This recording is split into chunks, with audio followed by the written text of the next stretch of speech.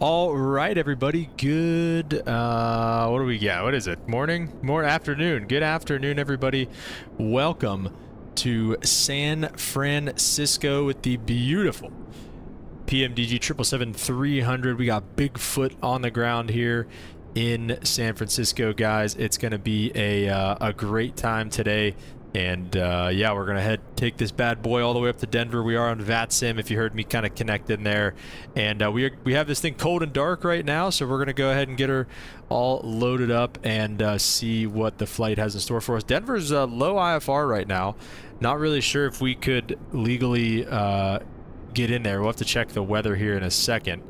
But for right now, we are going to be sending it, as they say. So let's jump inside and get some things kind of rolling here. Like I said, we got a cold and dark airplane. Unfortunately, as if you are in the Discord, you know, no Boris sounds today, which is a bummer. But we will do those eventually. But for right now, we're just sticking with the old sounds, which, by the way, I don't think are all that bad. I feel like everybody always hated on these sounds. I really don't think these sounds are that bad. So let's just see what we got going on here. We got the APU starting up here. APU exhaust is on this side on the triple. Like I said, guys, we're going to be on VATSIM today. We got live weather and everything all loaded up. So we'll see how that goes. And oh, maybe the sounds are terrible because it's starting and there's literally no sound. So, oh, there it is.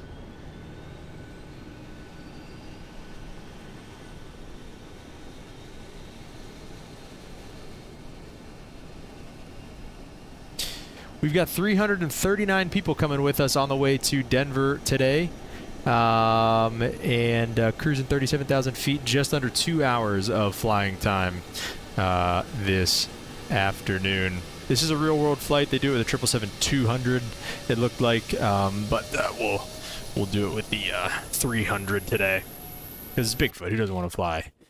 Who don't want to rip around with Bigfoot? All right, I guess we're waiting a little bit longer here on this. This is the real gate as well. Foxtrot 19 is where they left from. So hopefully, there we go. We got some stuff coming to life now. Gears can start coming on. Window heats can start coming on. Hydraulics can stay off for now. Seatbelt signs can come on. Those can stay off. Logo light can come on. And that is going to be that. We're going to wait on the EFB, or on the FMC. And then we're going to go ahead and request data from SimBrief. Alternates, Colorado Springs. We're definitely going to keep that in mind today with the current weather situation over there in Denver. So we are going to just kind of keep an eye on that. Let's go ahead with the departure stuff here. Let's get the airport charts pinned. The SID we want on the Truckin' 2 departure. So we'll load that up. And going into Denver, it's going to be the Ski 4. And we'll... hang on. Let's see, it wants us on runway 34 right, so I guess we can just kind of start with that. We'll take an ILS to 34 right. And then the airport charts for Denver as well. There it is. Okay, perfect. So we've got all of our charts pinned up and ready to go. And here we are on the airport property. And I guess let's go ahead, reinstall nav data. All right, let's see what happens there. We'll see what that does. And we'll go ahead and get, we'll go FMC, pull that up. Internal reference, let's start getting GSX loading as we've got a whole bunch of people to load up today. So turn the brightness up a bit as well. And we are here on the ground in KSFO-KDEN. And we'll take the GPS position route request, SFO to Denver. We're going to set the payload, set the fuel, select the route as well. Here we go. Now we got some things kind of coming to life here.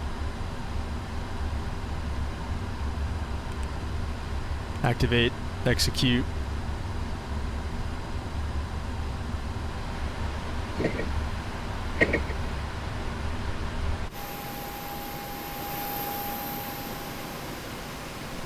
GSX, I guess, doesn't want to give us any help today.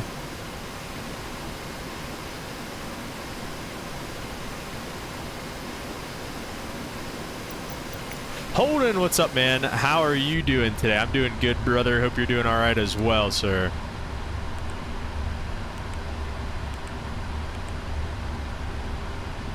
All right, SFO to Denver, United 1731 will be United 1731 Heavy today.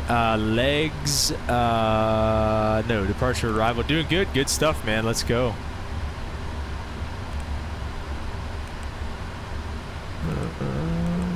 Okay, let me see. Route, we've got, maybe I have to actually load it. Okay.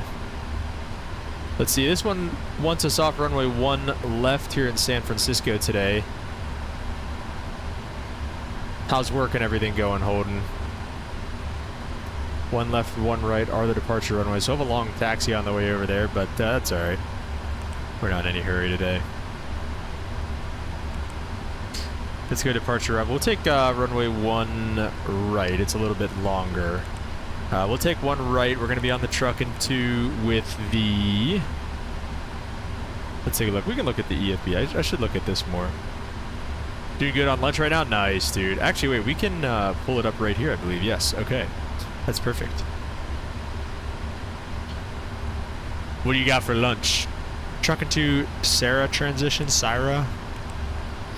Go ahead and enter all that. And then departure arrival going into Denver here. We picked the ILS 34 right on the ski 4 with the bump transition.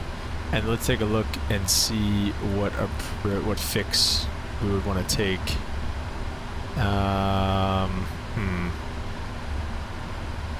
right, this might be one we want up on the other screen so we can really see how she ties in here. Looks like Teller. Looks like Teller is already in our flight plan, so we'll take Teller and go from there. All right, so we can go ahead and kind of step through some things here. We can take a look at the plan page. We'll get to hit the B key for our auto altimeter setting. On the SID, we'll look at the truck in 2. Take a look at climb maintain flight level 190 is the top on this bad boy. So we'll set 190 off 1 right, 014 heading initially. So we'll go ahead and set that. That's way too much. Okay. Jeez, it spins fast. All right, 014 heading, 520 to right turn, then to trucking. We'll get data up to trucking. Let me see if GSX is ready yet, or if they're just not going to help us out today. And then Tide trucking Cosmic, Sarah, and then we're out on the departure, and then in on the arrival and the approach, which looks like it ties real nice going into Denver. So all that stuff looks good. All right, so we're not doing GSX today, I guess. I tried. Let's go ahead and load up the, let's do the route data. We'll do the winds. It likes whenever you do this, I think, it seems. And for now, we can send this guy back over here. And you can put it on the window, I believe, too, right? Got some Hot Pockets in the fridge. I'll probably have later. Got Dunkin' for breakfast. I'm not too hungry yet. Yeah, that's fair enough. You can put this thing on the window somewhere.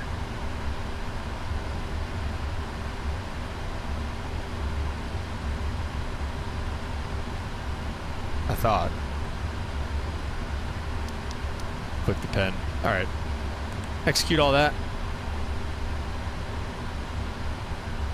And then we're going to have to go over here to do the perf, I believe. Did this all work out? Looks like it's getting there, I guess. Performance tool, let's see, import from OFP, it's not going to work. We're doing one right, we said, because of the weight. Import from aircraft, import weather, calculate. Takeoff D-rate 2, cell temp 45. What are we doing here?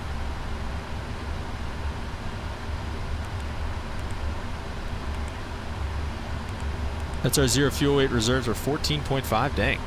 Is that true? Yeah, well, I'm sure it is, but now you're too late. Let's go to the EFB and we'll go back to this guy here. So we've got 454.7 on the zero fuel weight, 50.4 on the gas, and then the reserves it wants to have 14, which that's about right. 7 plus about almost 7 there's 14. So we'll go ahead and accept those numbers. Thrust limit, then we'll go back to the performance tool. And we will take a look at this here. Flaps to 5, takeoff D-rate 2, 45 degrees on the cell temp, so we'll go ahead and put that in there. And takeoff, like I said, flaps 5, CG is there, 475 on the trim, 158 on the V2 speed, so we'll go ahead and plug in 158 on the V2 speed. And we will rock with that. And yeah, I think that is about it for right now. We can put this back over here. How do you put it on the window? I swear I remember there being a way you could put it on the window. That's alright.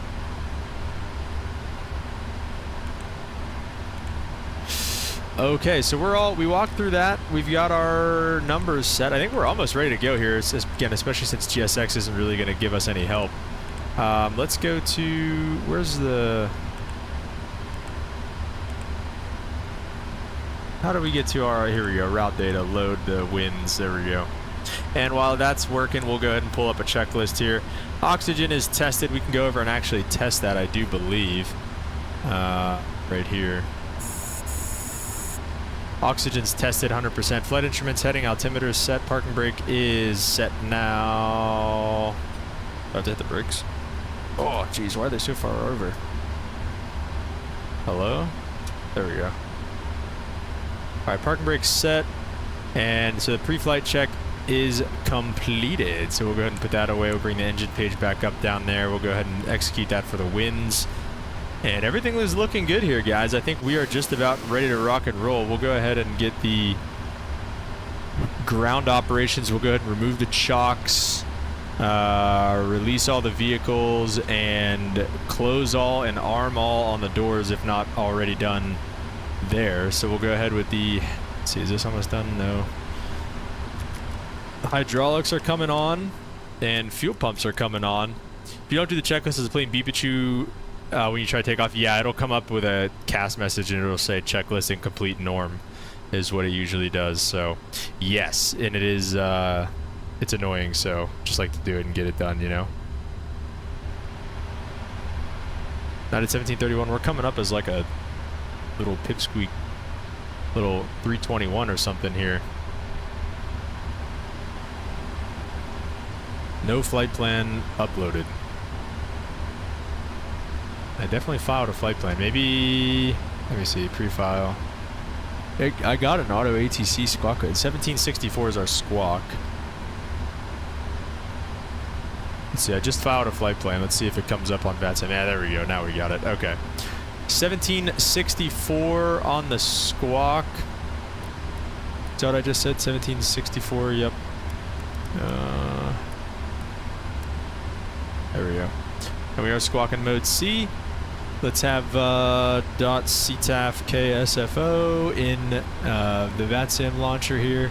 And we've got 20.5, 120.5. Hold it tight, I don't have the plane yet. I'm waiting for Phoenix to drop the new engines. Phoenix? This is PMDG. Or do you mean just like you're just... are they working on new engines for this? Is that what you're saying?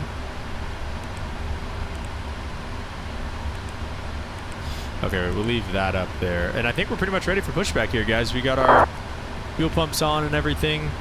Let's see, this guy, there's a guy, United 1791, kind of coming right behind us here off our left.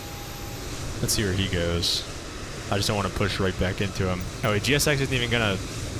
I might have to slew mode pushback for us here because GSX just isn't working for some reason. I don't know why GSX isn't working. Let's see, beacons on and everything. Our fuel, we don't have anything in the center tanks. I think we can go ahead. Yeah, I might just have the slew mode pushback. Or, let's see, does the pushback tool work? Pre-planned pushback. This checklist up down here.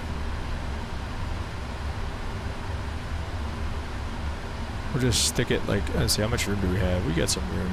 We'll go like right here. Quest pushback, flight deck door shut and locked, MCP. We got 19,014 in the heading, 158 in the V2. Takeoff speeds are set, V1, 149, 153, 158. CD pre-flight is complete. Trim is not quite set yet. I think it was 4 point something. I see it's right there actually, 4.75, so almost to 5. There you go. Trim set, takeoff reefing is completed, and we'll do the before taxi checklist next. Let's see, did this guy go right behind us here? No, he's pulling into that gate right there. Alright, we got our San Francisco traffic frequency set. That guy's not even on the right frequency anyways, so good release, parking brake, do not hold us. And here we go. I think you can start both at a time here on the triple, but we'll go ahead and start up engine number 1 first. We got the G's, you know what I'm saying? We want to take our time with these starts. I think you can introduce fuel right away too. It's like the 787. Like I said, unfortunately no sound pack yet. We will get it eventually, but I don't think these sounds are that bad.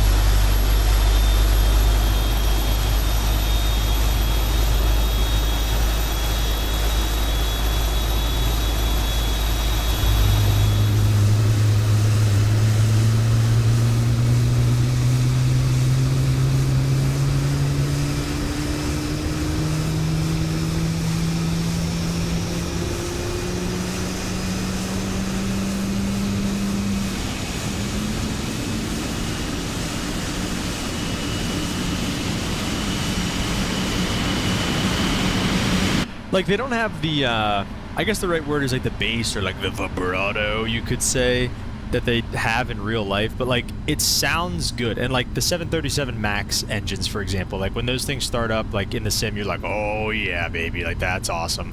You know, like you don't really have that with these. Like, it's not as like immersive, I guess is the right word, but they're still good. Like, they still sound pretty realistic from the start at like the 777 starts that I've heard while out on the ramp or whatever. Like, they sound, it's pretty good. I mean, it's not like perfect again by any means, but it's pretty good. And they're still loud. I mean, listen to that.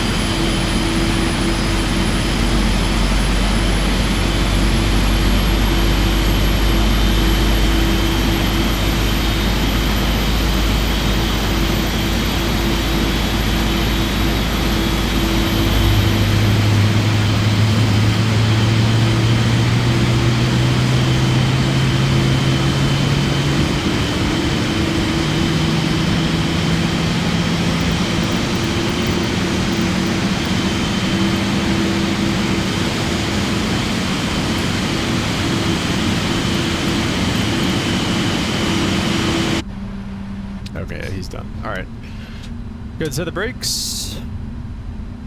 Old Ted forgot to tell you did some flights over the weekend using VOR navigation. Makes it more fun. Yeah, that's cool, dude. VOR navigation is always fun. So that's cool. I remember you saying you just kind of figured out how to do that. So that's cool that you are still working on that. Alright, there we go. Flaps 5 is set. Auto brake RTO. We'll do a little, I don't know if you heard me, but I said, you said you don't have the plane yet waiting for Phoenix. Did you mean PMDG or did you mean actual Phoenix? Or, yeah. Recalls checked, flight controls checked, ground equipment is clear. Before takeoff flaps are being set right now.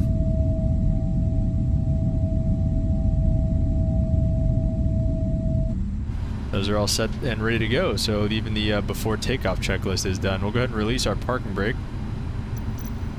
maybe. Let me see. It might not. There we go.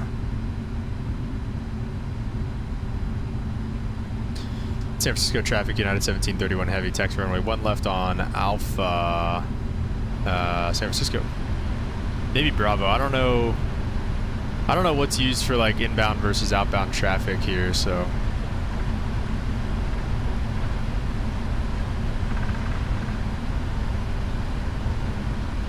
We'll stay on Alpha for now. I mean, we're pretty much just like kind of in the ramp area anyways, so. We'll turn on VATSIM on here just in case.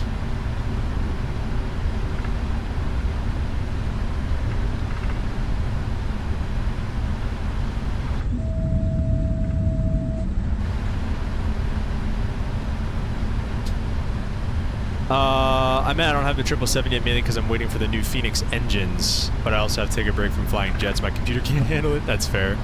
Oh, is Phoenix coming out with new engines, or do you mean like just like the Neos in general? And are they coming out with them soon?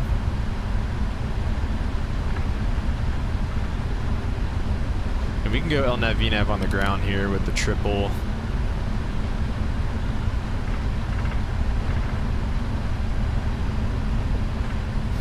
Dude, I tried before the stream today. I would have had to go live a little bit earlier, but I was trying to download the old United library, like the one that's like the like gold line, and then it's like this gray on the bottom, and it's got the United in gold. I tried so hard to download that, but I just could not make it work. Oh shoot, how about taxi light, huh?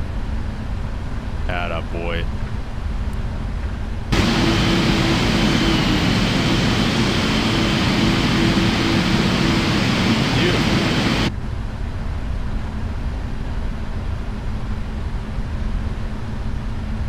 Holden, honestly, whenever you do get the 777, I'd probably get the 200 also, because I feel like the 300's fun, but like I feel like the 200 is more like realistic. I mean, it depends, whatever you want, but like I feel like the 200 is used more like domestically and stuff, and like unless you want to do just like the ultra long hauls, then you can go for the 300. But I would probably go with the 200 just because of the fact that I feel like more airlines fly it more often than the actual 777-300, so.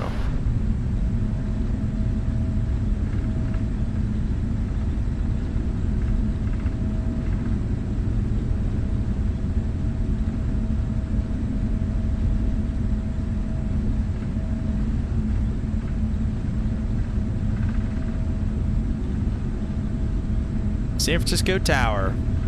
Just getting the freighter because the freighter also has a separate purchase, correct? Yeah, it is. Yeah, so that's true too. That's a good point. The freighter is another good one to get.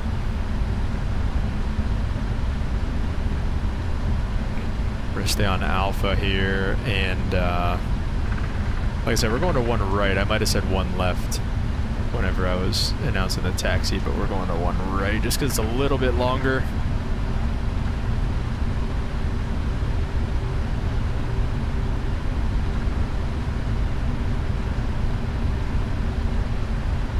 Dang, 30 knots does not feel like you're doing 30 knots in this thing.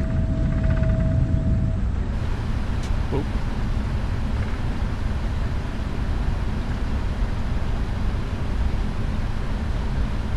Like I said, guys, just under 2 hours of flying on our way to Denver today. The beautiful 777-300 from PMDG here. We are live on VATSIM United 1731 Heavy. And I don't think we're going to have any ATC coverage, though.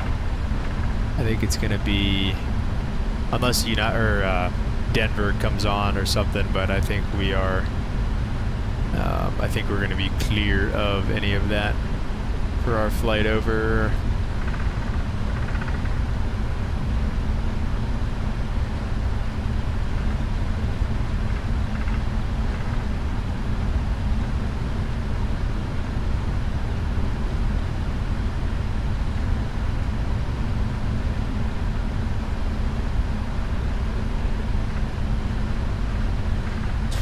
Anybody out there get the AnyBuilds 340 yet? I'm just curious how it is. I've just heard mixed things. I feel like, I don't know, I haven't seen it. I haven't flown it or anything like that, but I feel like people are being too hard on it.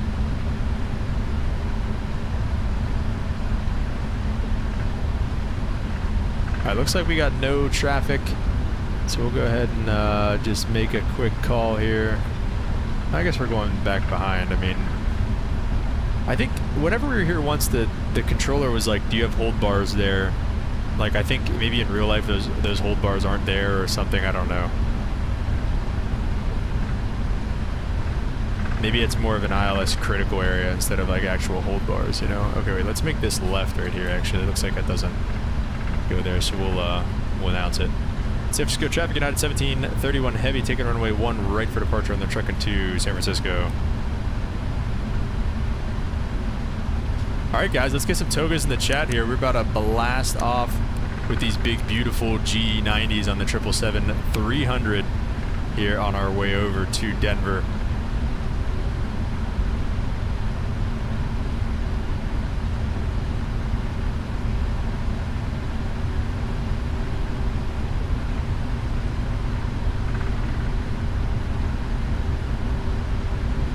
Turn was pretty money. Let's see if we can get a good lineup here.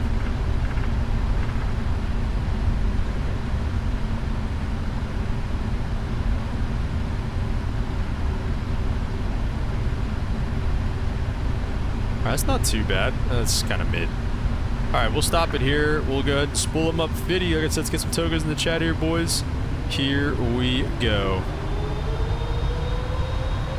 Toga.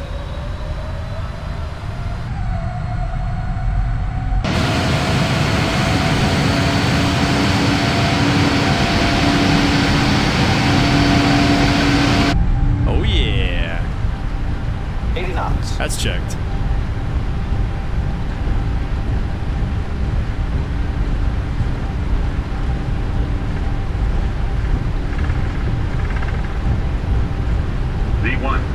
Rotate. Rotate, let's boogie. Be careful, don't want to come up too quick. Positive rate of climb. Gear is coming up.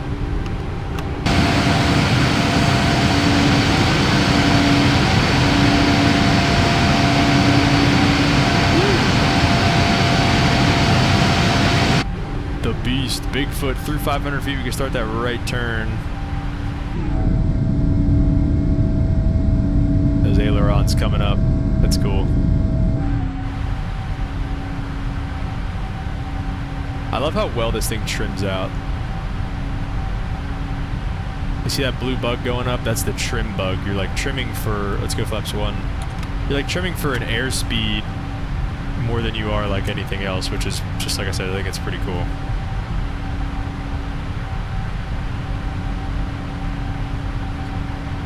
Let's go flaps up, climb, checklist.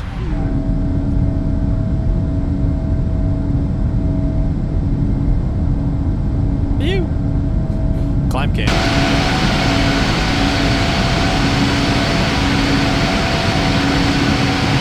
Oh yeah, man. That thing is looking so good. Oh yeah, breaking out right at the top too here. Top's 2,800.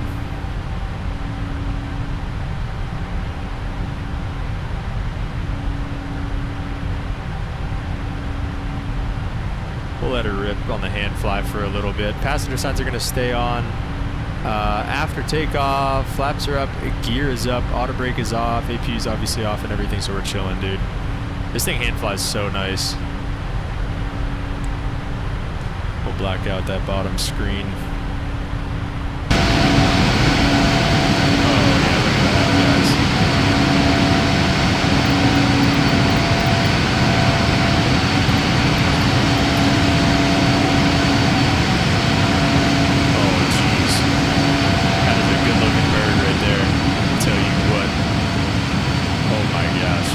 That is a good looking bird right there.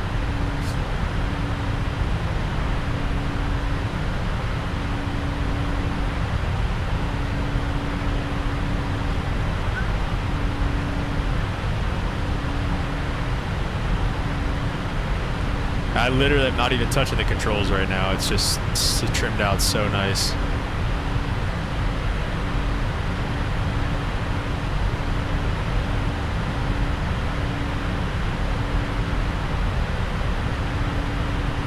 Trimmed out real nice right now.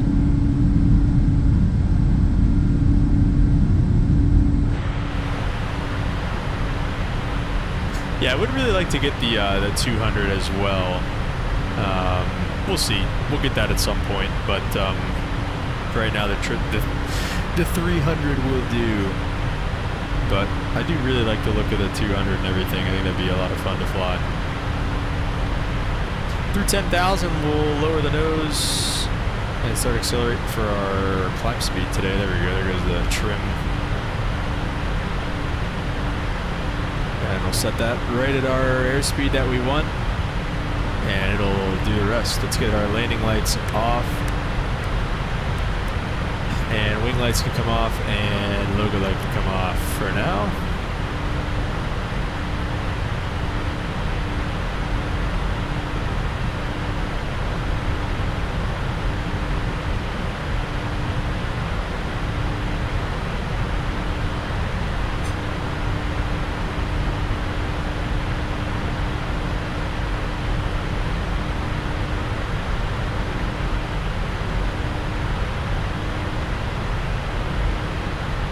Once you make this turn, I'll probably put the autopilot on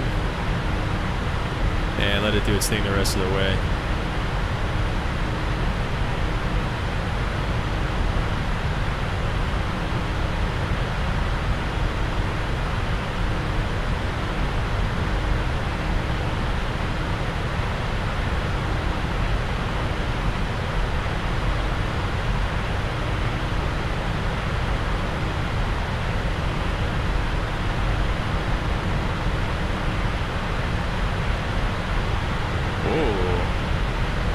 Turbulence there?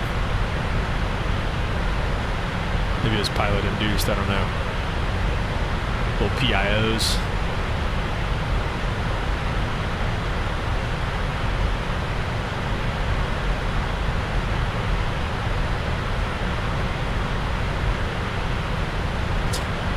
So we had a guy in our, we'll go autopilot on.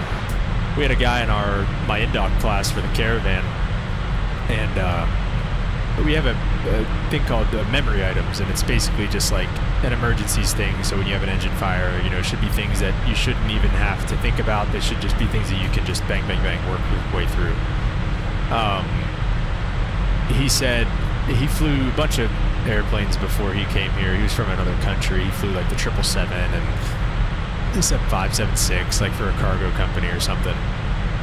And he was like, the Caravan is harder to learn than the 777. He was like, with this stuff. He's like, why do we have so many things to memorize? He was like, on the 777, there's like, I think like 3 or like 6 things or something like that. He was saying, like the Caravan, we have like 10 different checklists of memory items that we have to have kind of down for check rides and stuff, and obviously for, you know, emergencies.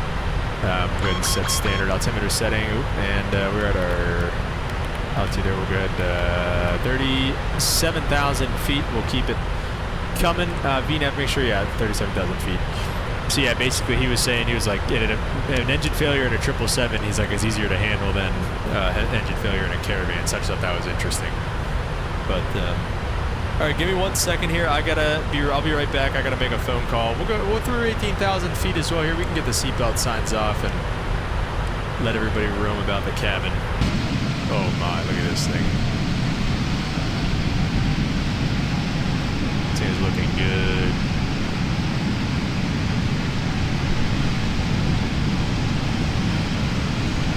All right, that's it. Give me 2 seconds for a phone call. I'll be right back. Traffic stop.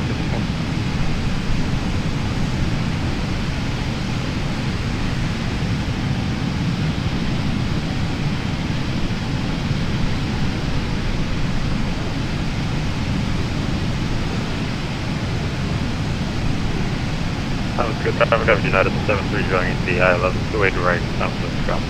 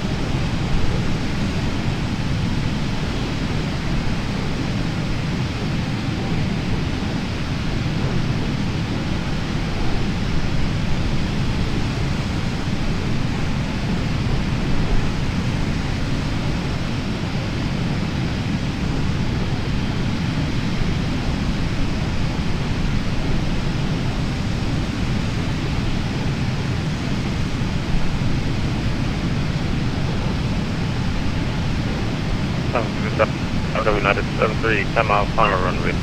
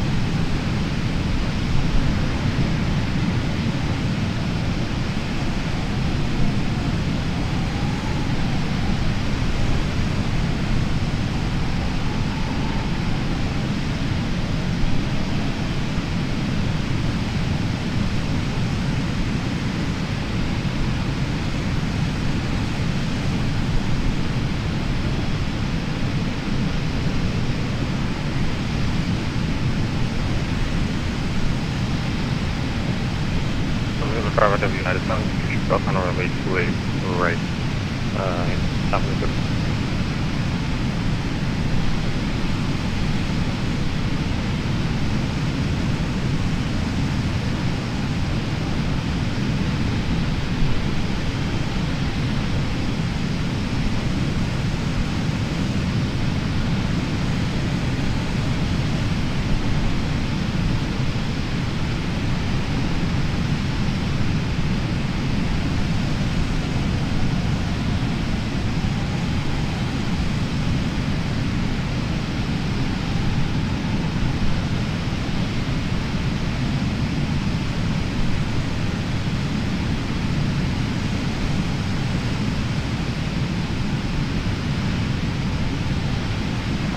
San Francisco traffic, United 876 Heavy, we're about 18 miles out, left base for 2 left, San Francisco.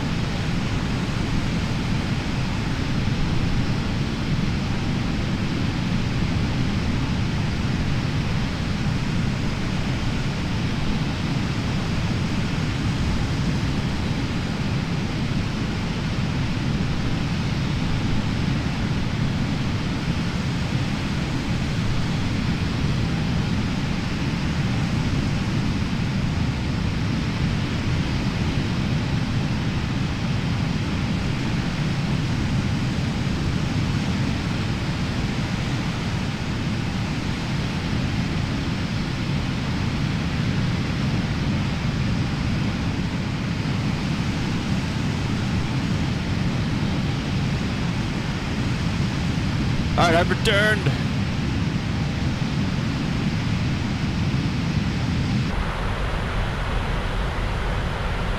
ATC didn't ping me, did they?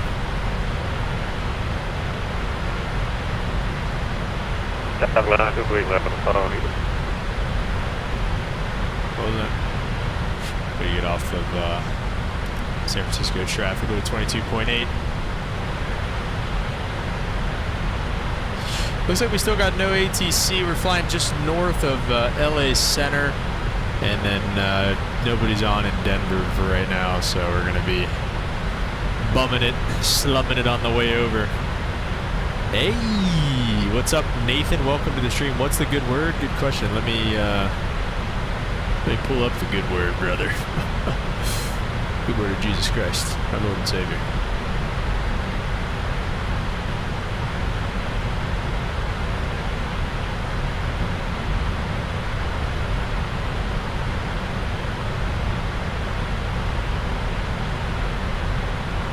Boom! Verse of the day.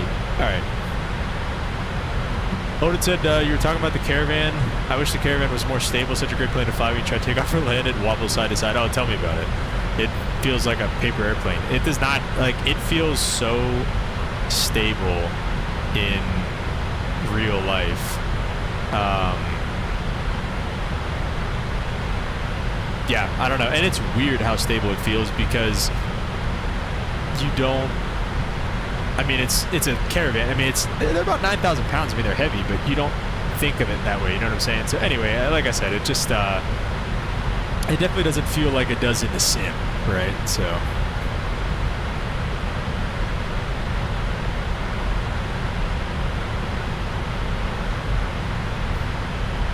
But I totally agree, yes.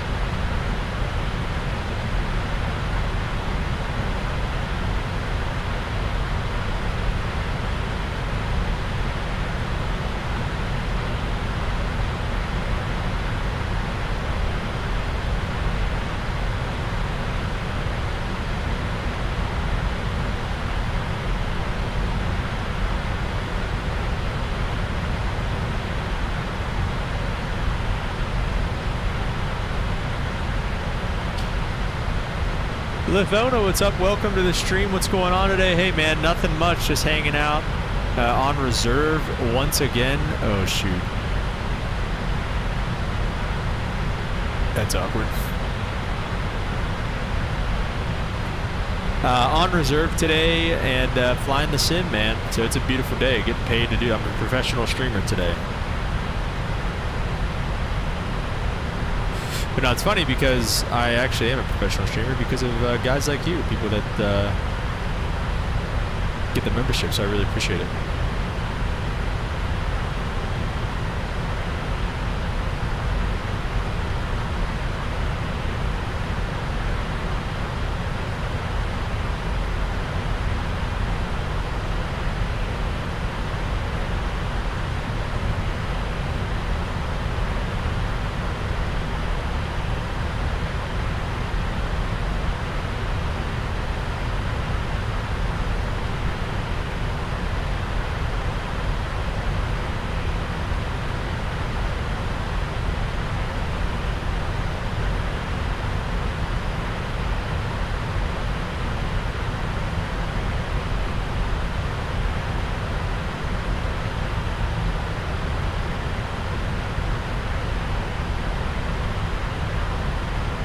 Professional watcher while I watch remote. Nice.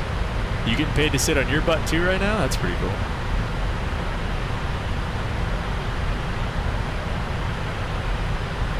Sitting reserve as well. It's just a reserve time, I guess, man. You know what I'm saying?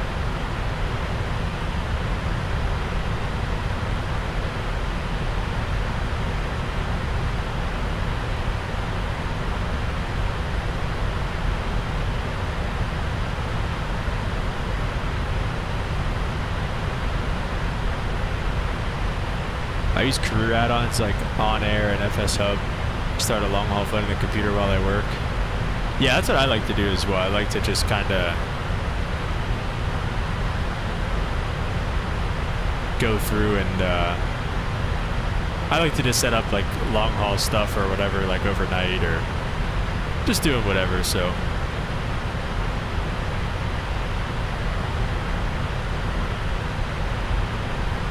I would second that. I had one going last night. I was going from LA to Sydney, and I slept in and the plane crashed, so it's kind of a bummer.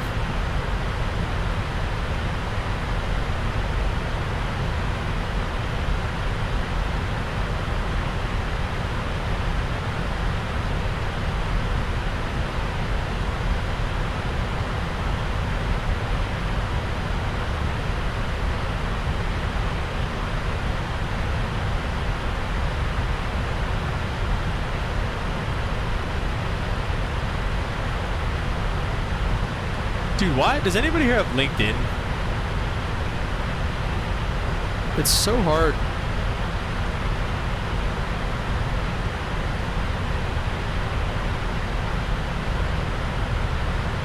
Part of the reason I like the Anyboats 340 is their save state works really well with career add-ons like that. Can't resume flights on Phoenix PMDG stuff really easy. I've never really tried that before. That's interesting that you bring that up. Is that, I don't know, is that something that you do a lot? Do you have, also, do you have the 340, do you like it? How's it going so far with that thing? Whenever I apply for a job on LinkedIn, though, it asks me for my LinkedIn, like, resume, or the thing to my...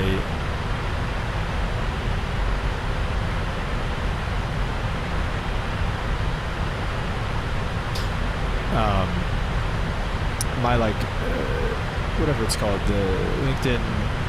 Let me see, wait, I might have just found it. Okay, I think I found it. I think I'm right. I think I got it. It's just hard to find on the app.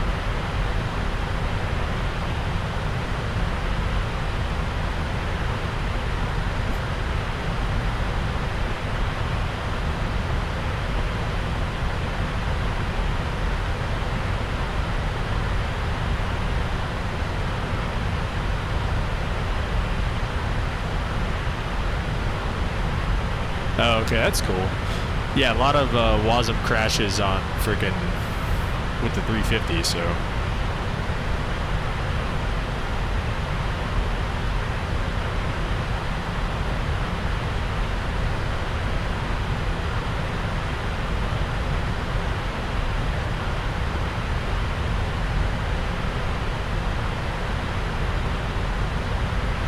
I've never heard of those. What are those? What's On Air and FS Hub? What do they do?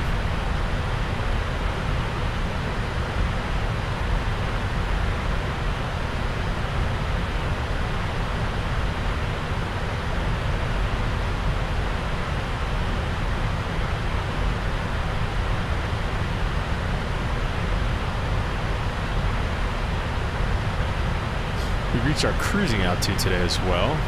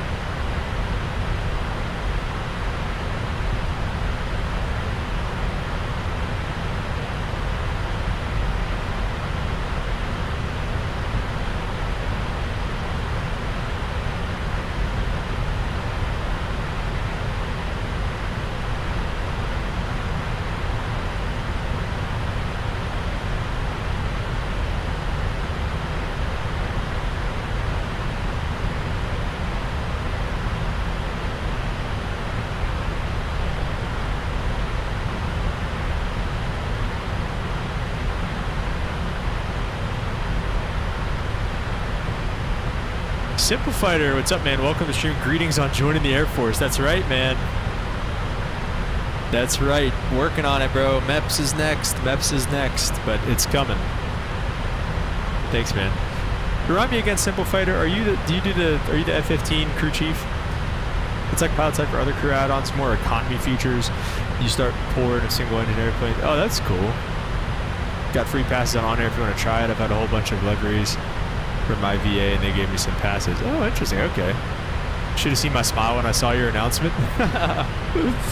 Bro, me too. That AFOQT was just dogging me, so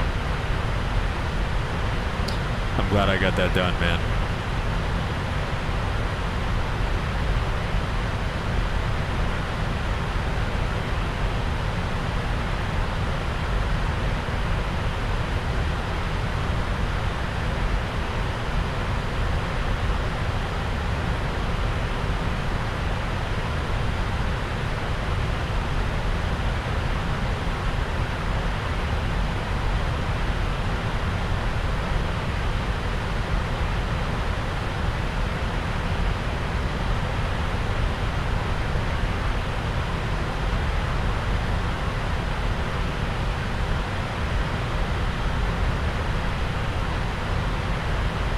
Hope I get done some assessment for the A400 next year in the German Air Force. Are you in the German Air Force right now?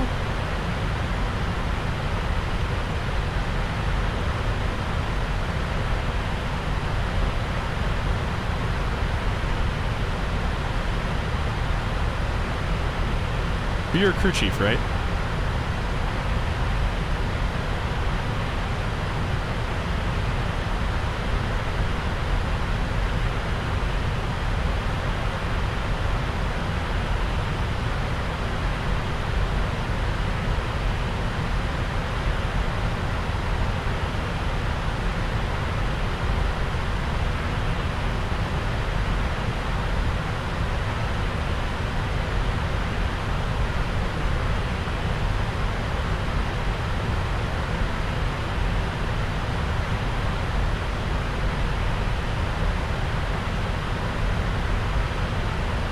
I have to apply next year in April. I already talked with the recruiters and got all the docs. Oh, okay, nice. You're trying to join the German Air Force then. That's pretty cool.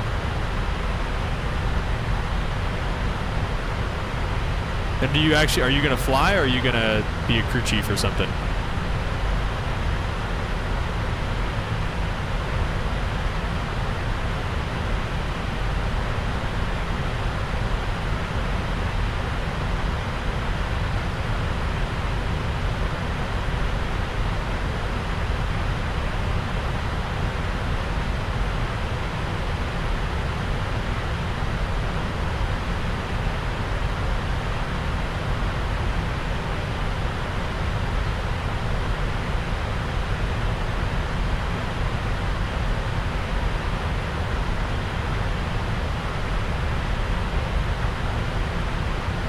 Be a pilot for the German Air Force. My grades are looking good right now. Nice, dude. What do you have to do to be in the German Air Force? Like, is it similar to the United States Air Force process? Hopefully I'll run into you at Ramstein one day or something, dude. That'd be crazy.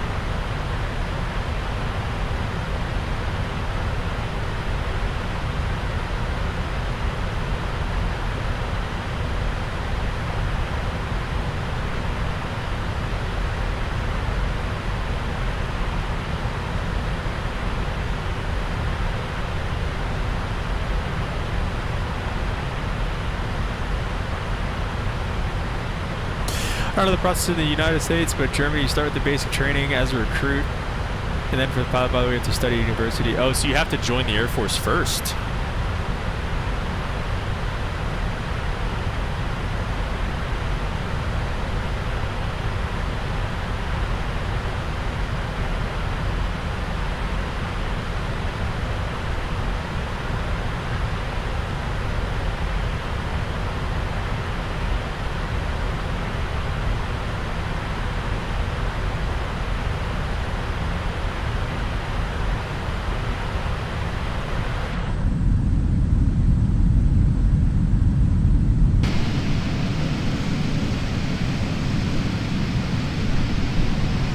On a contract for 16 years? Holy crap, dude. The Germans, they lock you in for life, dude. That's wild. Do you know what I'm excited for? I'm excited to actually get like my dates for like UPT and everything like that, which is our undergraduate pilot training, which is what we use, because there's the T6 Texan is what we fly in Microsoft, or in for training. And they actually have one in the sim, and so we're definitely going to get that and rip around, do some training flights. That'll be sick. Well, it's all right. I mean, that'll set you up for a really good career and everything. So, I mean, if you want to fly commercially, whoa, what the freak happened there? Little altimeter. I don't know. I don't even know what happened there. Standard altimeter, so it shouldn't.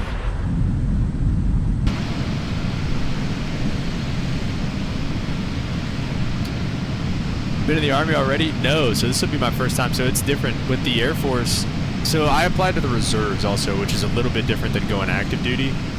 So with the reserves, what you can do is you can go and basically apply to a unit just like applying to an airline. So it's like, I want to fly F-35s. You look up what units fly F-35s and you can apply to them with your package and all your scores and everything that you need already. So you apply to them. If they like you, they interview you. If they really like you, they take you.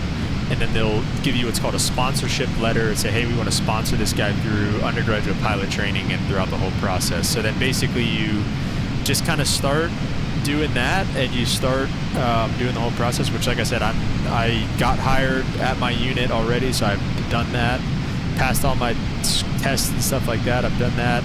Now the only thing I have to do is I have to go through the medical processes, which first is MEPS, which is it's like military entrance processing or something like that, and it's just the basic stuff, basic physicals and stuff like that. So getting in there hopefully at the end of the month, and then it's a flight physical at Wright-Patterson Air Force Base, which is in Ohio, which is like a basically first-class physical on steroids, and then it'll be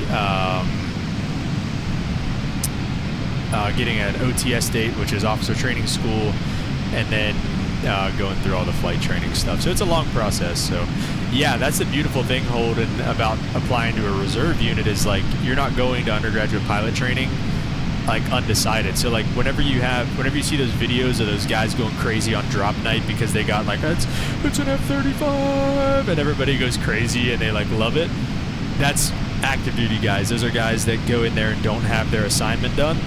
But because I already know what I'm going to be flying, I'll go in there and like it won't even be a deal for me. My class rank won't matter or anything like that. Like it'll just be, you know, what it is. So yeah, I'll be flying the C-17, like I said, Lord willing, as long as I get through all my stuff. So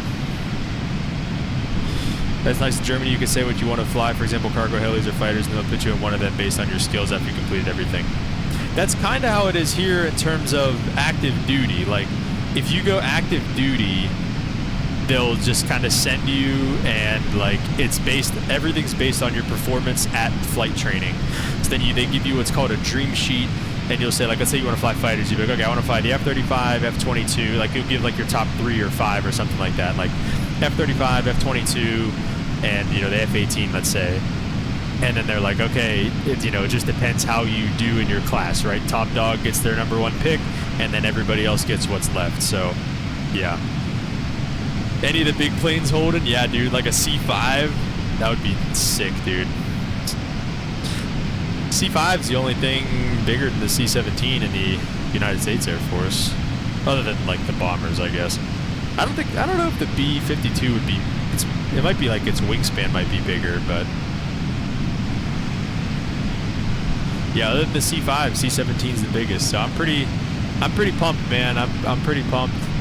That's what I was always interested in too, Holden. I'm not really interested in the fighter, kind of single pilot environment, which is it's crazy when you think about that, dude. Like, fighters are single pilot for the most part. Like, it's just insane for me to think about. But yeah, I was never a big fighter guy. I always wanted to go cargo, and so definitely got what I wanted getting hired on there. So.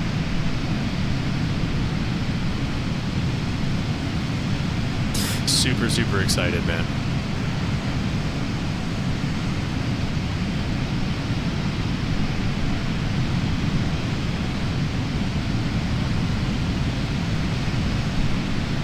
C-17 more than the A400. I wish we could switch roles.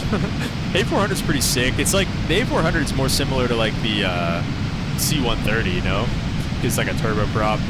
It's also pretty similar to the C-17, I feel like, though. And it's Airbus. I mean, the creature comforts are probably really nice.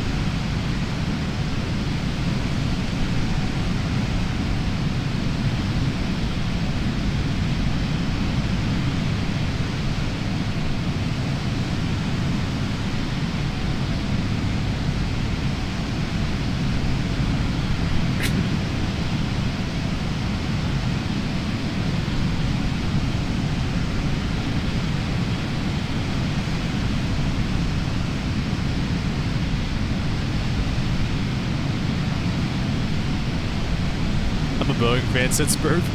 European, by the way. That's funny. Yeah, you should be more of a Airbus fan, huh?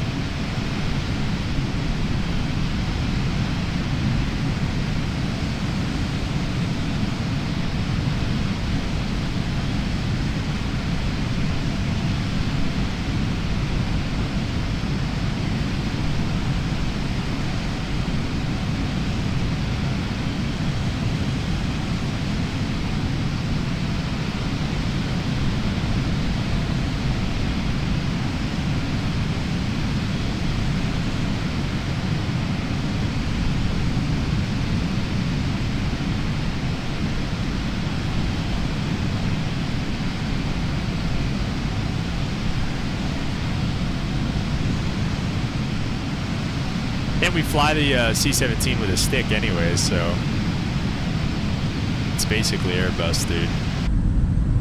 Basically Airbus. I'm so excited to get started, dude. I really am. All right, let's take a look at our top of descent and whatnot if we can. I don't think it's gonna let us yet, I guess. We're stepping to 390, never. Okay.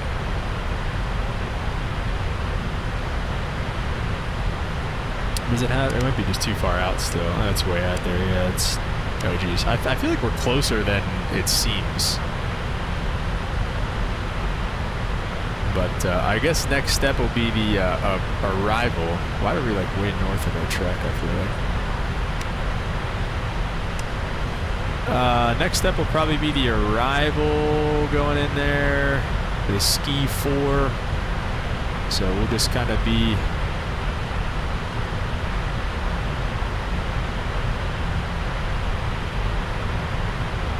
Guess we got a ways to go yet here.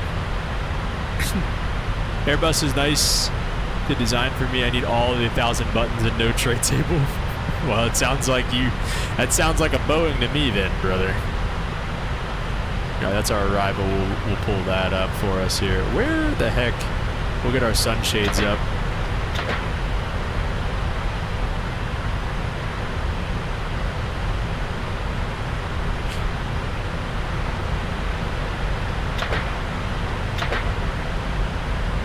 Couple jump seats. These jump seats are a heck of a lot nicer than the 7.3, I'll tell you that.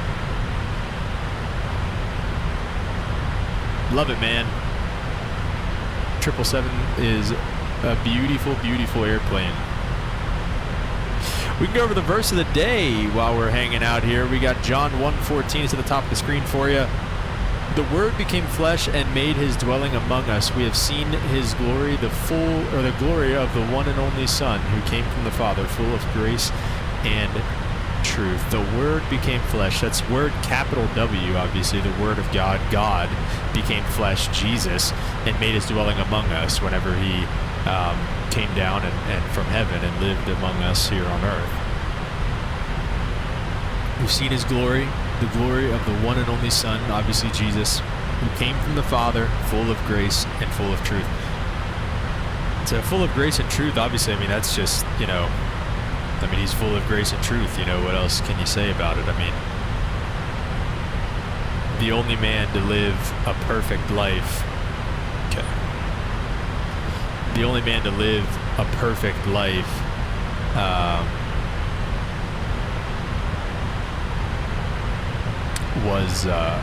was Jesus, and that perfect life required a perfect sacrifice for all of our wicked sins and everybody who falls way short of the glory of God. And that's exactly why he came down here. The perfect man would have to die to set us free from our sins, and he did. And like I said, that's why we worship him. That's why we praise him, because of all the amazing things that he's done. So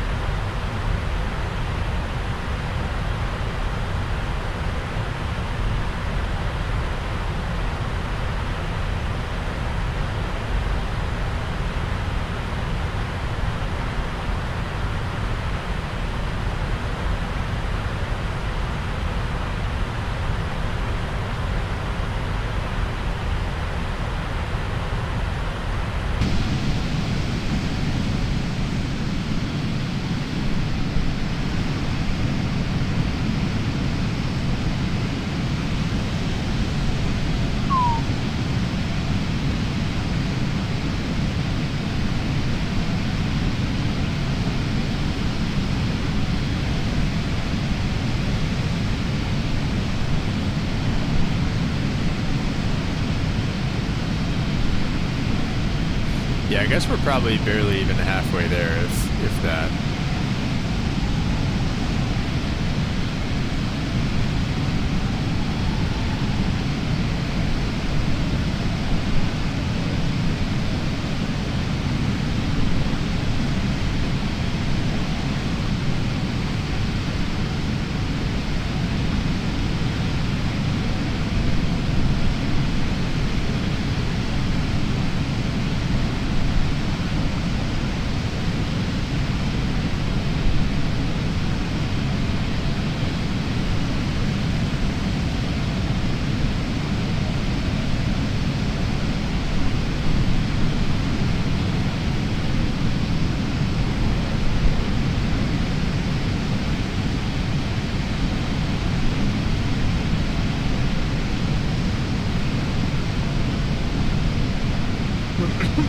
Jeez, something like stuck in my throat or something.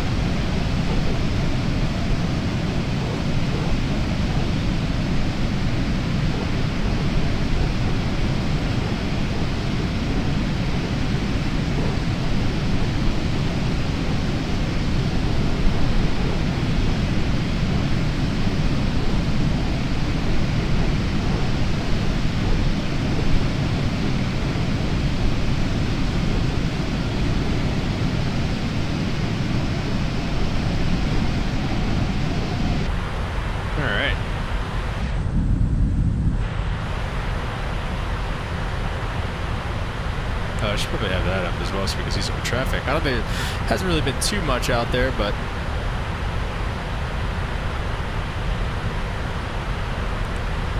getting a little bit closer here.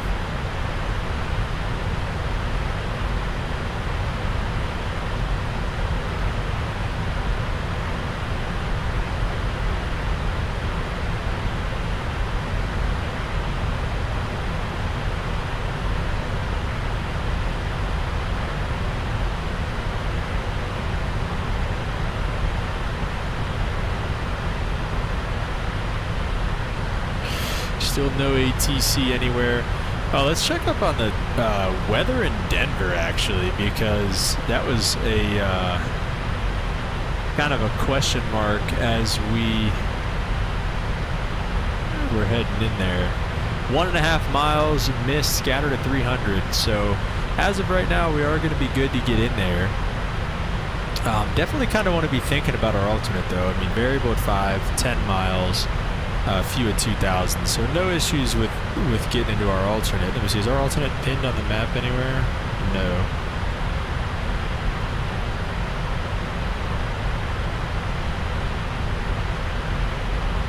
Colorado Springs looks like it's just to the south of Denver, so a little bit down there. So we've definitely got the weather to get into Colorado Springs, which is good. We've definitely got the weather to get into we've got the weather to get in Denver right now, right? We had 1.5 miles, which puts us, the minimums for the approach are going to be 1,800 RVR or 0.5 mile, so, and 5,500 feet, which is 200 feet AGL, which is scattered at 300, and we had 1.5 miles. So weather is improving in Denver right now, but definitely going to be not necessarily down to mins, but pretty close.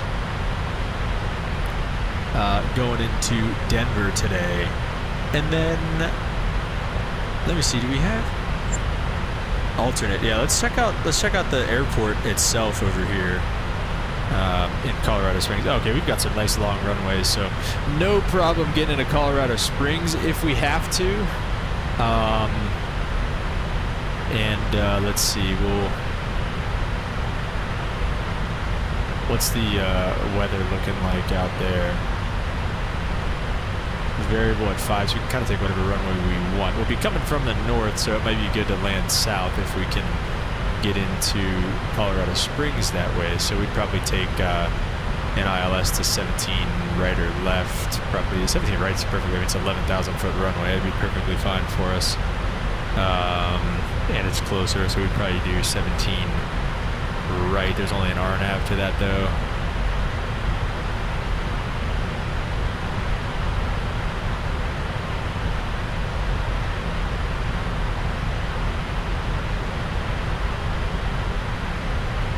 We could probably do this one if we absolutely needed to. But as I said, probably we shouldn't need that unless the weather gets worse. Which, let's actually see, is there a TAF? Can I do a TAF here? No. Let's go take a look and see if we can do a TAF over here on whatever it's called, Navigraph, which I know we can do a TAF.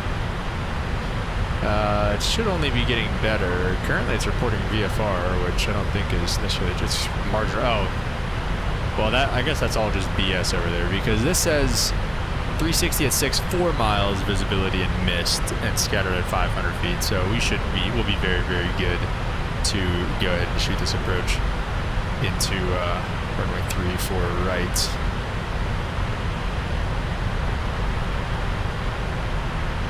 Does Denver have a lot of traffic going into there right now?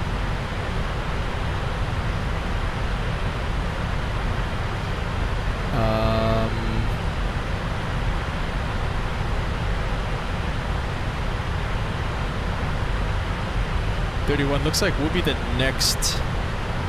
There's a couple arrivals kind of coming in right now.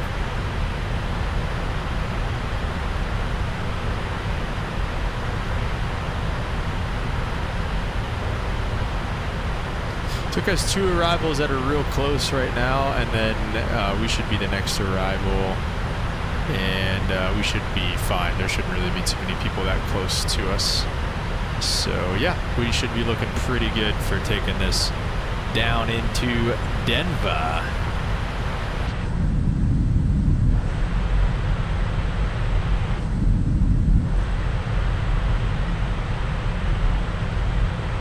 Cruising over Utah right now. Salt Lake City Airport is where? Up to the north more. Yeah, looks like it's up to the north.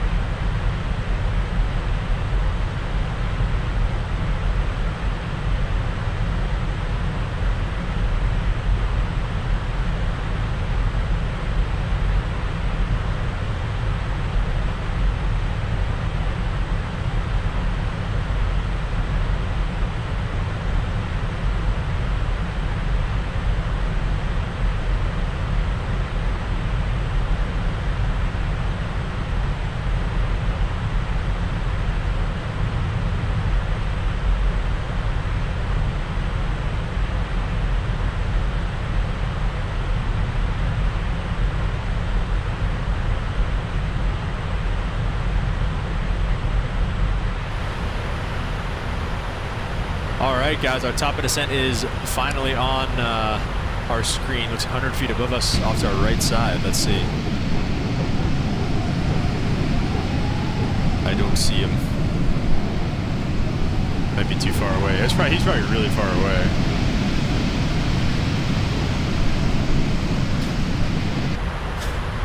So top of descent's finally on the screen. And we'll be there in 248 miles, which 1827Z. It's about a half hour away.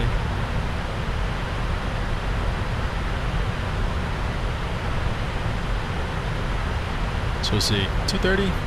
Maybe even maybe we'll do another flight. I don't know. We'll see. See what kind of flights go out of Denver. Something might be fun. They probably got all kinds of flights.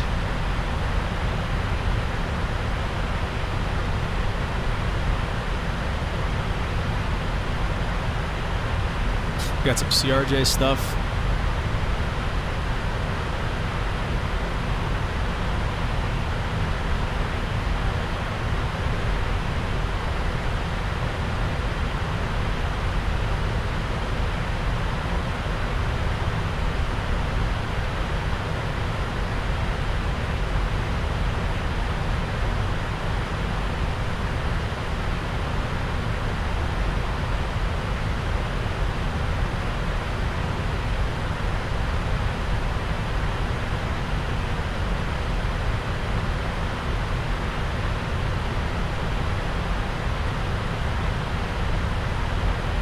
Let's take a look here.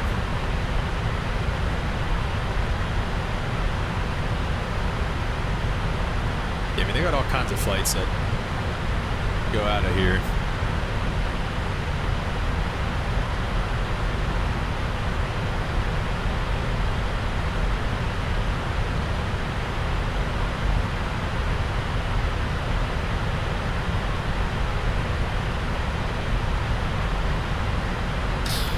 If we wanted to continue in the triple, this would probably be the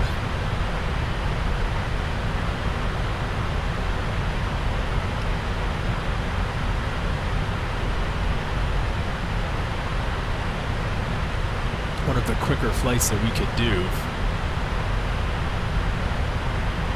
Unless we ended stream completely and then did a like a 175 or a 737 MAX or something, you know.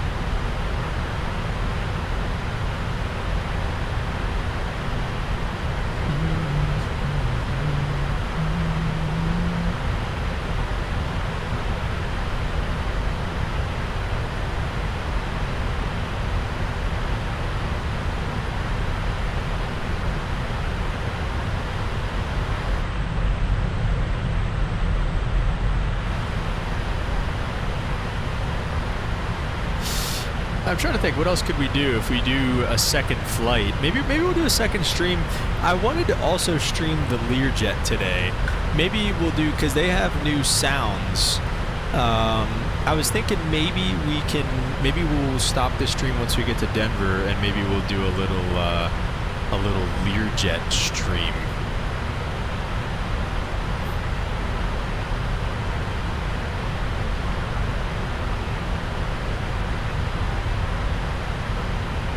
LTS. All right, let's see something here real fast.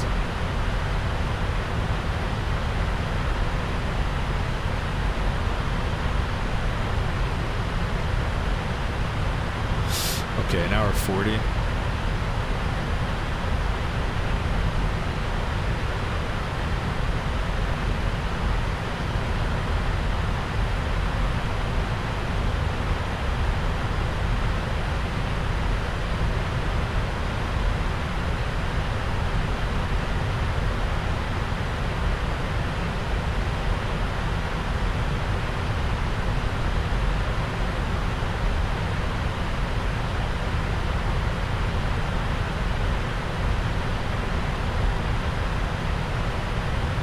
We could maybe head down to Altus, Oklahoma, which is where I'll be doing, I believe is where I'll be doing, let's take a look actually. Let's take a look at, what is it, LTS?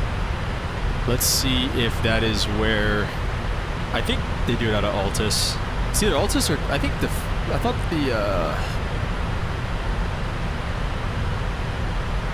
really?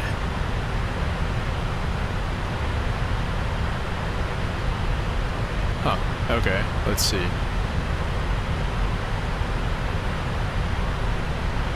Going to Oklahoma ourselves.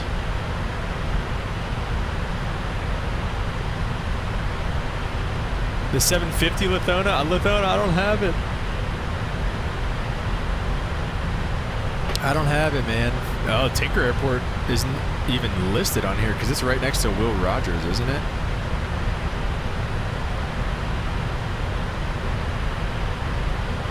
Oklahoma, let's see. Tinker's, yeah, literally straight east of Oklahoma. So yeah, it's not even on there. Oh wait, no, is that it? No, yeah, that's not it. It's not listed on there. That's kind of sus, you could say.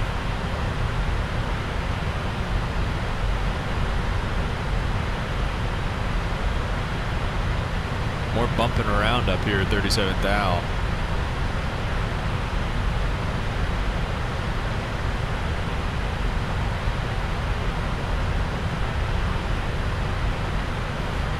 Yeah, so Tinker Air Force Base isn't on there. Or Tinker Air Force Base is not on there. And then where is Altus? Can I search stuff? Search. Altus. No.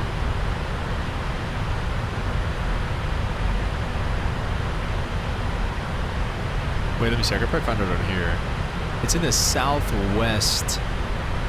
So there's Norman, so it's like way southwest of all this stuff. That's Texas. Lawton. There's Altus. So there's Altus Air Force Base right there. Slash gasp. Get out of here. So Altus Air Force Base is down to the southwest. Looks like that's where this guy's going. If you guys have never used ADSB Exchange, I would definitely try it out. It's pretty cool. It's like you can see more than just what you can see on Flight Radar. You can see like military aircraft and stuff. It's pretty sweet. So Altus Air Force Base, or I guess, yeah, it's Air Force Base, is to the west of all that stuff, of all the Oklahoma City stuff. Tinker Air Force Base. I think Tinker is where the refuelers go, the KC-135s and 46s and such, and then Altus is where, like, I think the C-5s and the C-17s go. So maybe a little. Maybe we can do that flight. That flight might be fun. Oh my gosh, dude.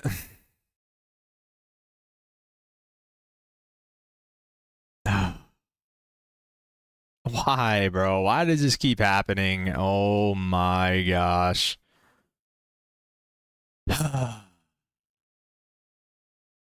My bad, guys. I closed the sim again.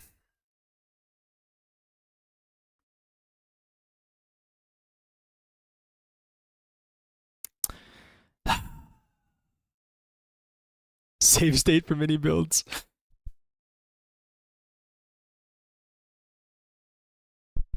That would come in clutch right about now. Dude, I wanted to do a landing in the triple. Oh.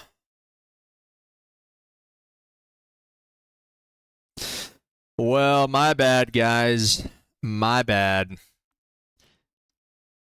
Yep. Bro, I did it again, Holden. I closed the sim on accident. I closed the sim.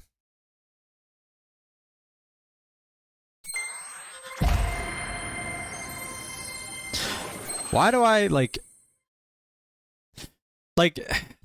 you'd have to see my monitor setup. Like, my right monitor, like, obviously, like, the top left corner is where I have, like, my sim brief and stuff.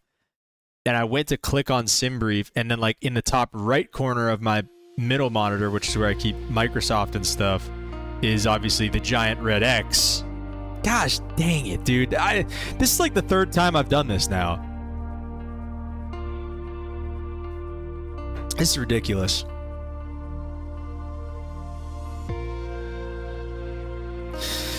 Well,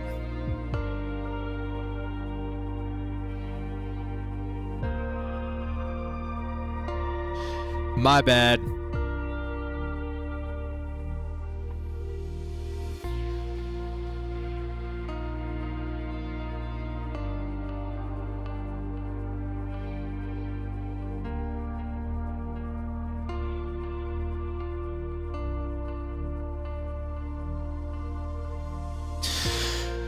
Well, like I was saying, guys, we might hop into the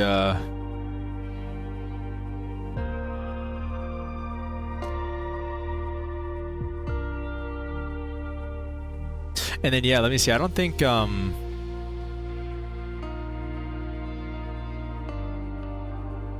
doesn't look like Altus is here, but the actual Altus Air Force Base is not on flight radar either, so that's pretty like I said, guys, pretty sketch.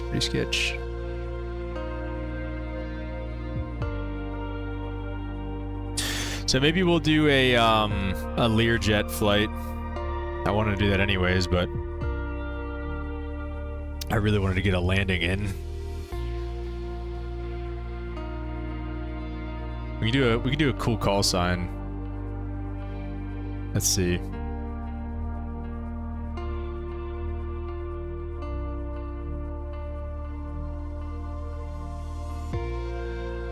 Gosh dang it, dude. Grizzly 5-0 looks like. That could be a cool one.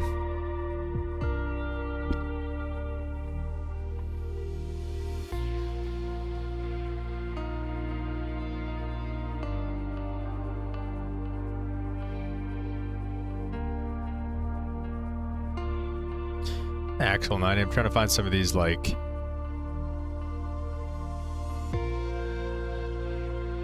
Air Force call signs for the jets, the PJs. Cougar 37. Oh, that's perfect. That's literally a Lear 35. So it could be Cougar 37.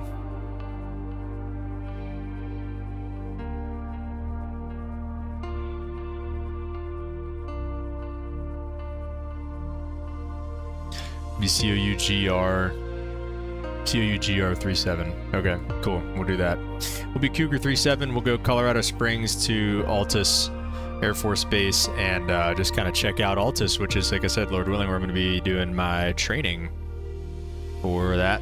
So let's just see what we got here. I don't know what library we're gonna use yet. And I might also, dude, I'm so mad, bro.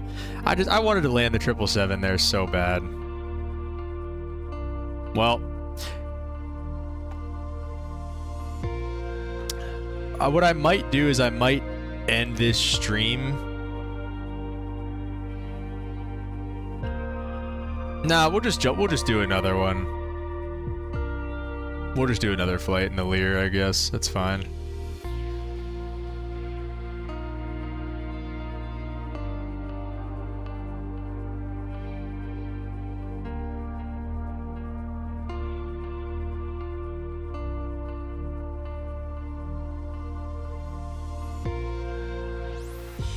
We'll just load it up and send it. I think, I don't know if I have an Air Force library in the Lear or not. Let me see, is it in here? Where's the Lear at? There it is, libraries.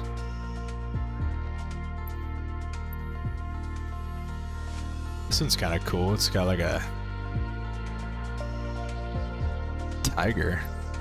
That one's a classic, I feel like. This one looks kind of cool too. We'll take this one here. We'll go from Colorado Springs. Dang it, dude. I'm sorry, guys. That's really annoying. I really wanted to I got some C-130s here, it looks like.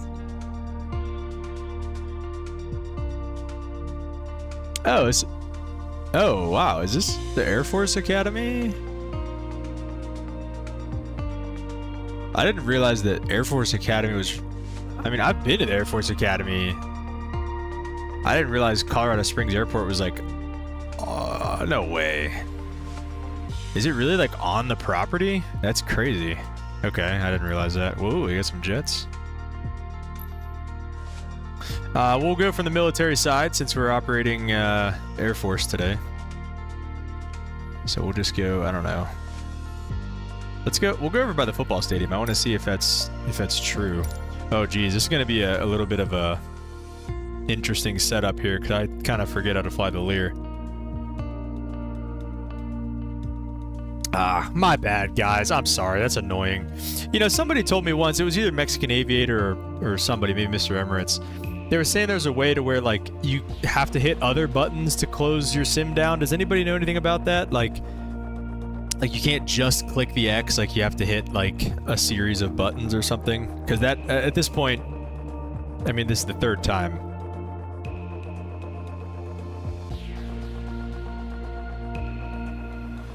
You know what? I did want to fly the Lear. I also wouldn't mind flying the C-17, but we'll see. Let's take a look outside. So we do have a, yeah, okay. We got, this is pretty, this looks pretty Air Force-y here. We got the blue and the gray and the American flag on the tail. I like it. All right, let's take a look at this. I mean, it obviously doesn't look like that. I don't know. I don't know, guys. The mountains are right there. I feel like the Air Force Academy is like closer to the mountains though. Like I feel like, I don't know, maybe it is right here, I guess. I've not ran into that issue before, so I'm not sure. Yeah. All right, well, let's see if we can remember how to fire this thing up. Let's get the yokes out of here. I do believe, like I said, I do believe that there is a new sound pack with this thing. So let's see how that goes. We can get the, we'll leave the GPU off. Cockpit door open, cabin door open, engine covers. Is this the front cover? Okay, there we go. We'll get the covers out of here, and we'll kind of go from there. So I'm glad Limp isn't watching. He'd be raging right now if he sees us flying in the Lear. All right, so batteries and stuff are over here somewhere. Let's just kind of go through this real fast. Avionics master we don't need yet. We don't need those on just yet. Slave emergency battery on standby. Where's the regular battery? Here's the battery 1 and 2. Oh.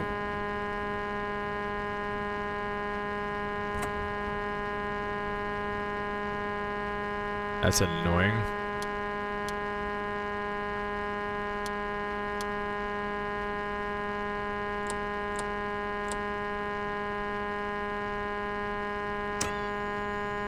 What is the deal with that?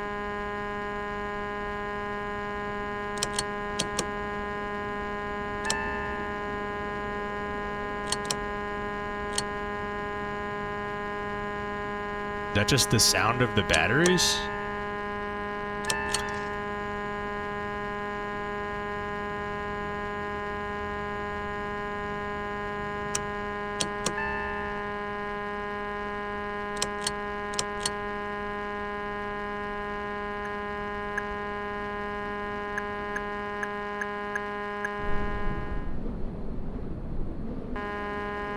Does anybody know what that is? Maybe we just refresh. Oh, is it the gear? Oh, okay. I had the freaking gear selector up. Okay. Because of our last flight crashing. Okay, that's better. Sorry about that. That was silly. Yeah, let's take a look. We're gonna have to take a look at our flight plan over here on Navigraph, and we're gonna have to kind of import our stuff. So, wants to go off runway 13. Let me see flight plan. I don't think we can just. Let me see. Can we just link it with SimBrief? I don't think we can. Wait, let me see. What did that? It said menu. Import. Alright, maybe not. We are KLTS. I'm glad this airport is in Altus Air Force Base. Let me try this again. Import. Yes. Alright, never mind. So we got Bravo Romeo Kilo VOR, BRK, Black Forest, Victor 108. Victor, let me see. Can I just do it like this, or am I gonna have to? No. Okay, so I'm gonna have to do. I probably have to go here. Load airway. Do it after. No. Okay, so looks like we can't do any airways, I guess. Okay, that's fine. Hotel Golf Oscar HGO and LAA Lima Alpha Alpha. What do you got there? Probably this one. Lamar. Martha. MRTHA. Oh. THA Martha. And then LTS, and we can go over some arrival stuff once we get down there. Procedure departure out of here. Wants us off runway 13. Oh, sure, we can do Colorado 613. Let me pull that up over here though, just to make sure. Spring 6 departure. And then LTS, I don't know, like it wants us on what runway over there? 18 right into LTS. It's got the charts. So 18 right going into there. We'll take the ILS Zulu for that. ILS or RNAV? That's interesting. So we'll just load up all that good stuff and we'll kind of go from there. We'll take a look at the Spring 6 and what that has in store for us. We could put the, I think I usually do the flight plan up over here, and then we usually do the map over here. In terms of, let's see, is there like a fuel, utilities, services? I don't think there's, I don't know how much more there is to do here, guys. I'm not going to lie. Oh, I think we do it all in here, right? Yeah. So let's see, what does it want for our flight information? So it wants us to have 3,000 pounds of fuel. Let's see, weather's fine. How many people? 8 people? Jeez. Take Julie and John. Let's say they, you know, we just had some VIPs up here for, we got Dorothy and Rick back, or normal. I guess we'll do normal. So that's 1, 2, 3, 4.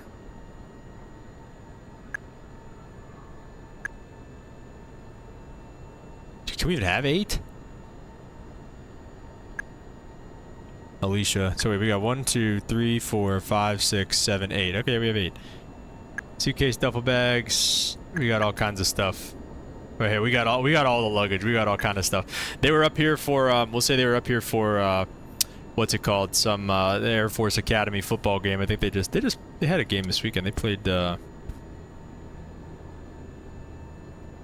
I don't know, I want to say like New Mexico or something like that. Ended up beating them, but We'll go nothing. Where do we go? We got 3,080 pounds of fuel. Let's get a little bit more there. We get 3,100 is fine. On the that's the wing tanks, and then the fuselage tanks. Is that one in the back? It is that one in the back. Take like 3,200 is fine.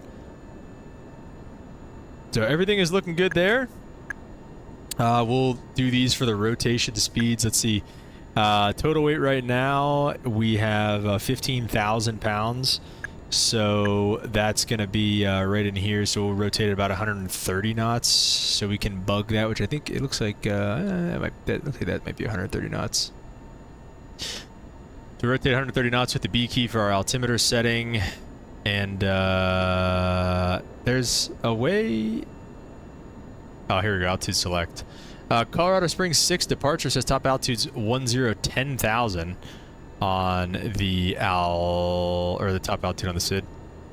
Off runway 127 heading. So we'll bug up 127 heading. Radar vectors to assigned route. So we'll basically just turn to about there-ish. Which is just a little bit off of runway, the runway heading. So we'll be heading east, it looks like. So we'll see how this goes. And then runway 13, we're actually pretty much right next to runway 13. So we'll go ahead and take a look at some of this stuff here. We'll go taking a look at some of these lights and whatnot. We'll get our we'll get the beacon light coming on. Nav lights can come on. They probably should have been on already. Let me see. Emergencies. Does look fine. That's fine. I think that's good where it's at. I don't really know if there's anything to set here. Cabin altitude. It wants it. We're going to be... What's our cruising altitude today? Actually, that's a good question. 17,000? That's it? Surely not.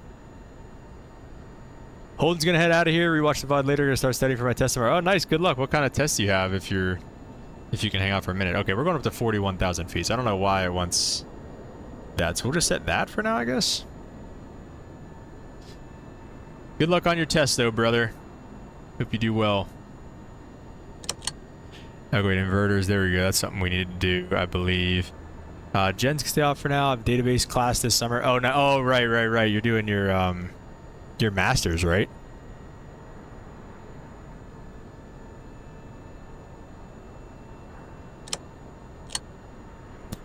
We can go with the heats on here. I don't think...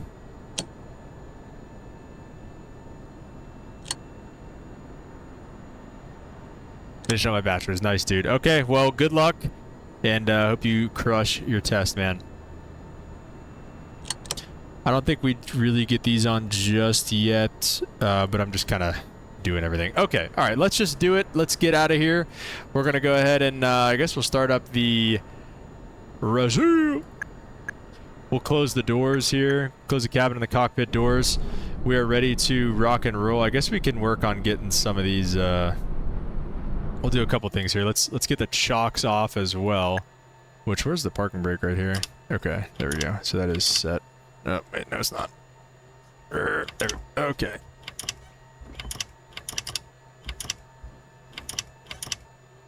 Okay. Okay, so there's some sort of conflicting keybind there, but I guess it is what it is. Let's open up the windows for our peeps here. Like I said, we had some execs into town for the Air Force Academy football game, and they're ready to head out now. Looks like we got the whole gang in here. Tight squeeze in the Lear, but we'll get them out of here. All right, let's go ahead with the ignition, I think, for the right engine. I don't know if there's anything else to do first or not. Appears to be there is something else to do first. Hydraulic pump, maybe?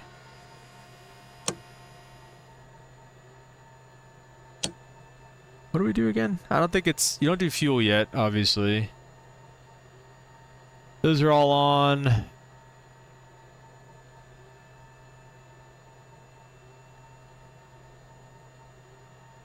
It's kind of under the impression you just started pumping the... Maybe left engine at once first?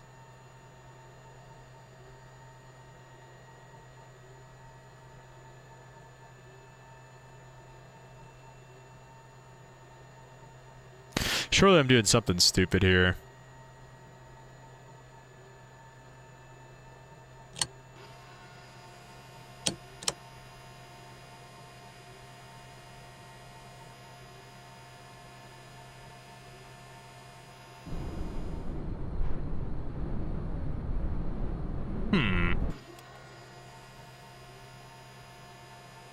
Oh, wait, I think there is some stuff down here on the center panel that we have to do. We've got our fuel.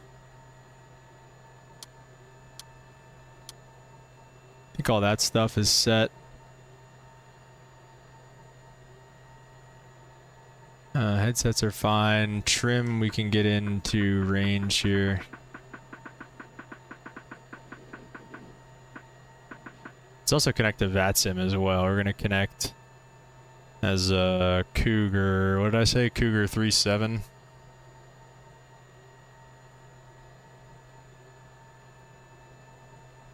Yeah, Cougar 3.7.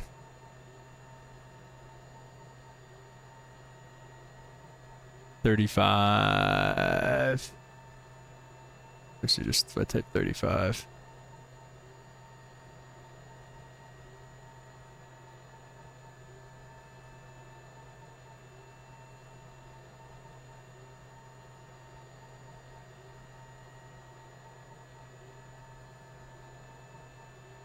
Learjet 35, there we go.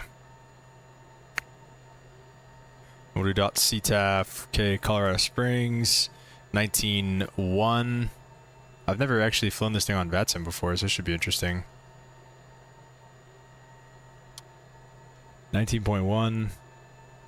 Nope. It's 105 for some reason.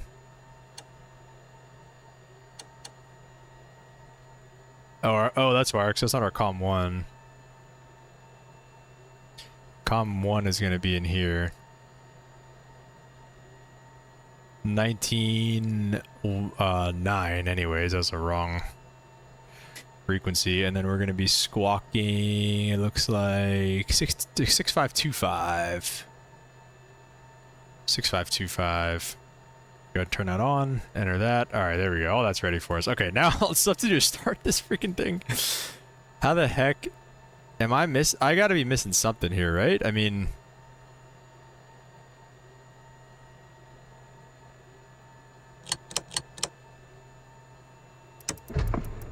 Oh, wait, it's... What?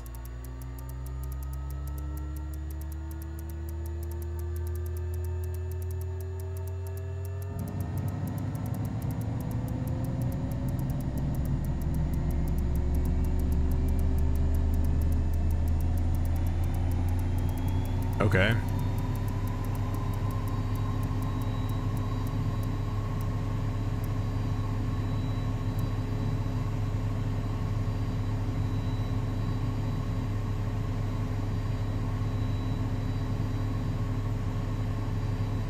That's engine number 1. I guess we could put the ignition on for like takeoff. Okay, my fault. That was stupid, guys.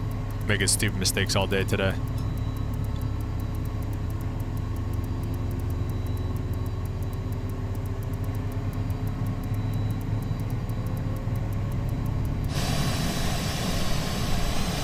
Sounds do be sounding good.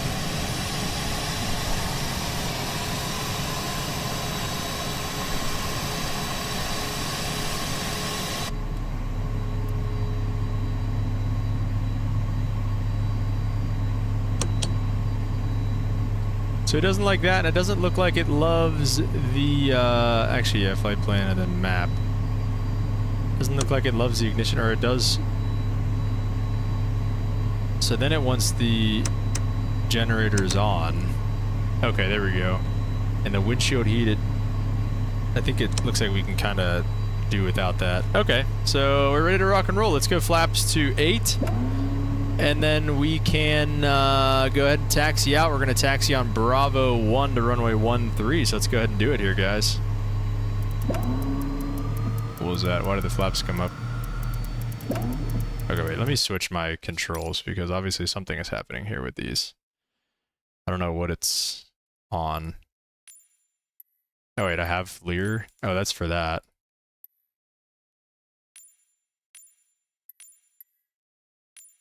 Wait, maybe that was why then, maybe.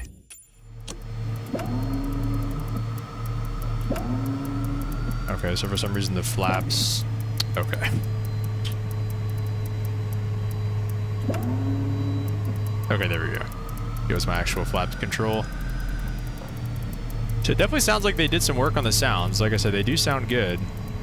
Beacon light. Oh shoot, I have actual stuff that I can do here. Okay, cool. There we go. Colorado Springs traffic, Cougar 37 taxi runway 13 on Bravo 1, Colorado Springs. Beautiful looking scenery here. Our on course after we depart is going to be, looks like, north? Okay. So desired track is going to be to the north.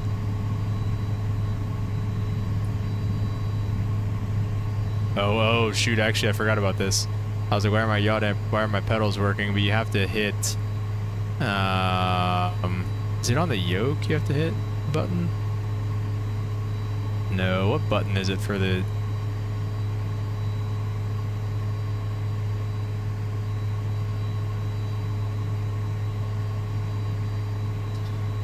I totally forget so much about this plane, dude.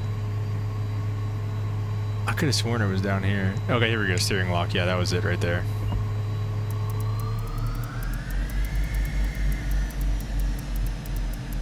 Right? There we go.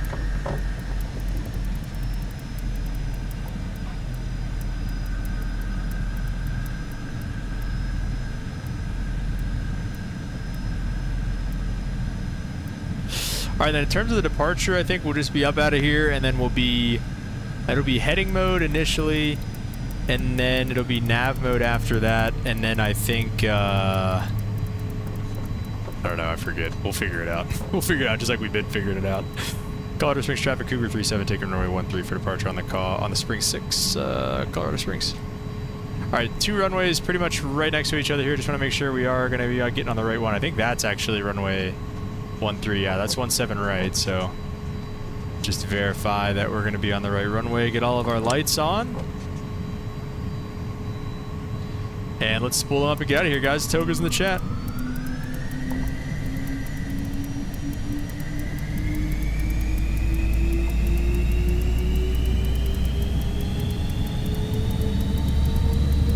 Rotated about 130. Like no more than 150 on the or 850 on the ITTs, I believe. So something like that.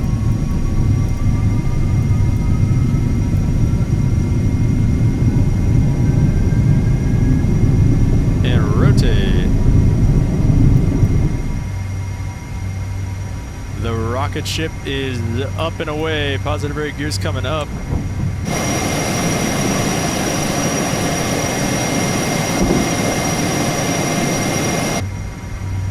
Ew. Oh, definitely go flaps up. And we're gonna go heading. We're gonna take this nice and slow. We're gonna go heading, I believe, speed, and it's gonna hold whatever speed we want in the climb. So we'll bug up like 250, I think.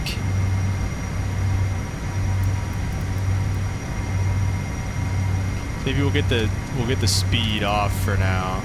Until we can... Yeah. Let's set 41,000.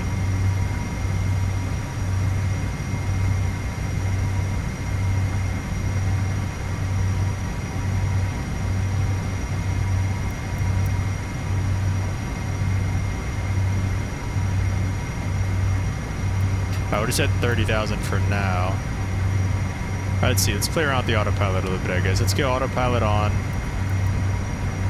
It wants us to make a... see, we're not going to do a left turn all the way over there. We're just going to get... let's go direct to Lima Alpha Alpha. We'll do direct Lamar, and we'll go nav mode. And that's going to be an on course of 102. So pretty much straight ahead. And then I think it's just about kind of messing with this to get our airspeed right. And we are through 10,000, so we'll go ahead and we can turn off our landing lights and taxi lights.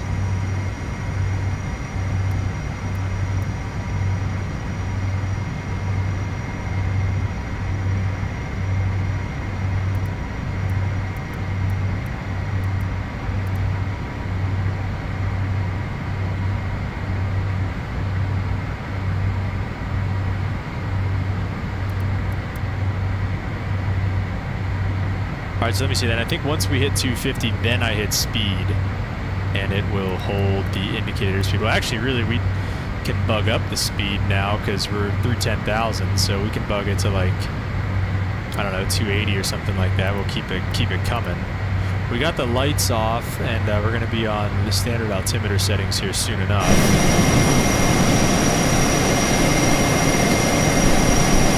Look good. I mean, not too bad.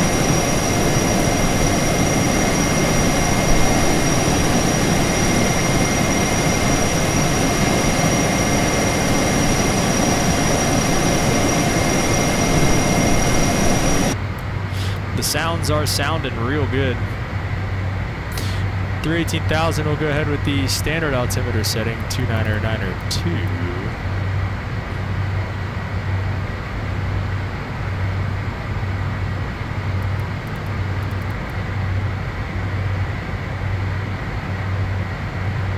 Captain Bob, what's up, man? Welcome to the stream. He said yes or no.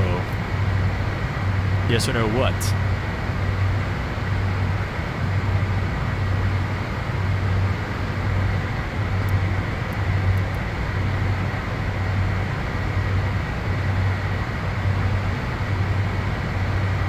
And 22.8. If I like and sub, can you sub? Sure. Do a little sub for sub.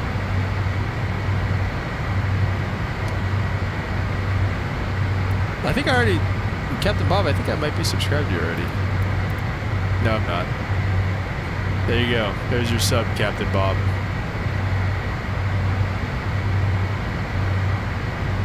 Gotcha. Back the throttles off a little bit. They sound really good, I'll say that. Absolute rocket ship, doing 3,000 feet a minute through 23,000 feet is crazy.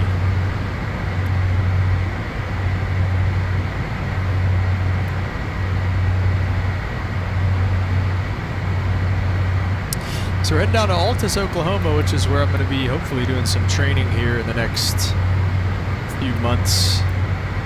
Shouldn't be a very long flight for us. Only, let's see, SimBrief says it's supposed to be an hour.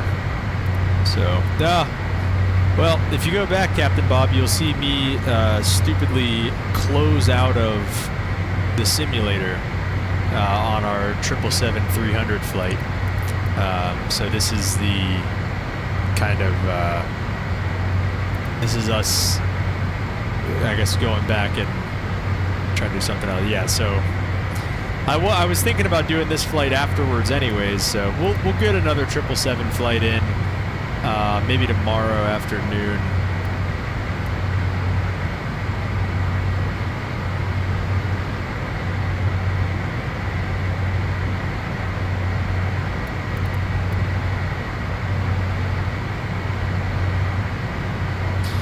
Yeah, we'll probably do another 777 flight tomorrow, maybe something out of Denver.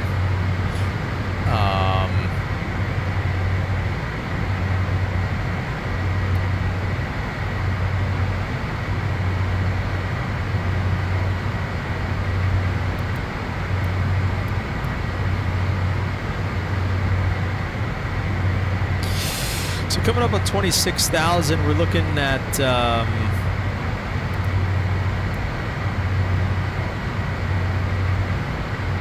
getting close to being an RVSM and everything and through the Mach transition, so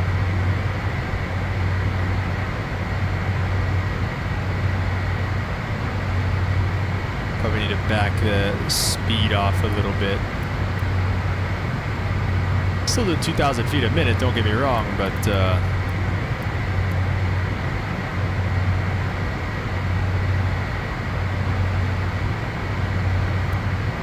Check out more streams of yours. Bye for now. All right, sounds good, man. See you later.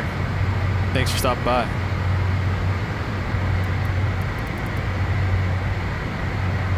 Oh shoot, and we're going up to 41,000 feet, so we're gonna bug all that up there. Wanted to finish doing that. Sweet, thanks man, appreciate it. Alright, indicated. Or actually, Mach is what we want. I think that might be... Maybe that's what the M is. Maybe it's not. I kind of thought it was manual, but maybe it's the Mach. That's the Mach transition right there, so we'll see.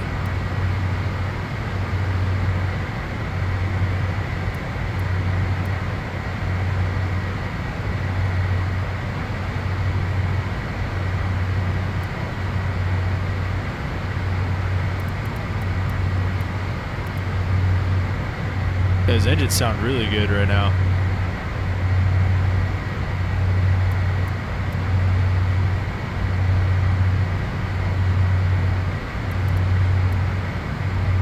What airline and what plane? I can't say what airline, but I'm flying the Caravan right now.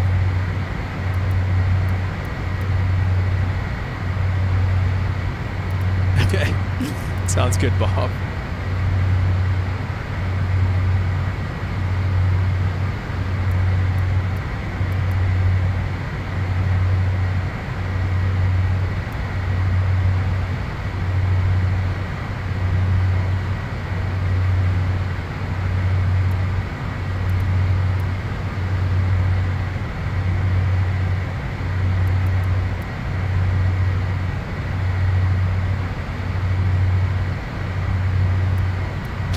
That could be a fun flight. That might be a little bit long. Let's see. The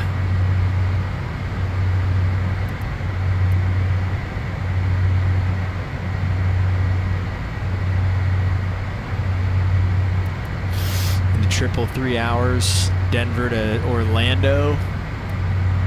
What do you think? I think that might be our winner. For tomorrow. Little Denver to Orlando 777. That'll be...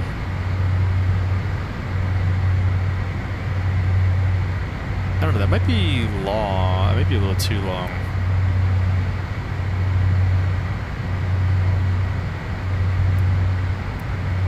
Yeah, we'll do it. I think I'll get back at like, I don't know, like 3 or something, maybe.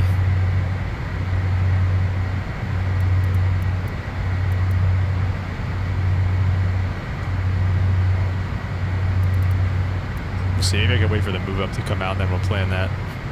Alright.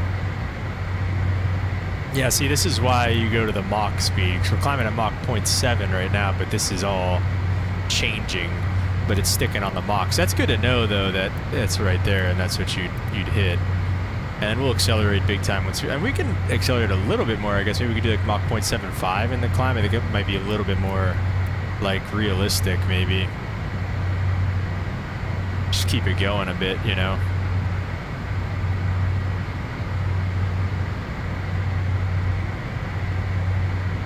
Is that our last fix? LAA and then to the airport?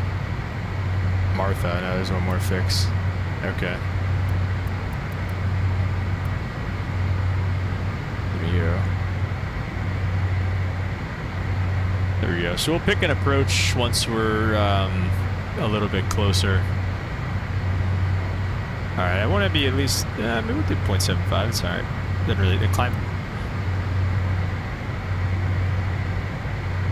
Maybe like a 0.7, something like, maybe a little less. We'll do that right there, I guess. That's perfectly fine right there.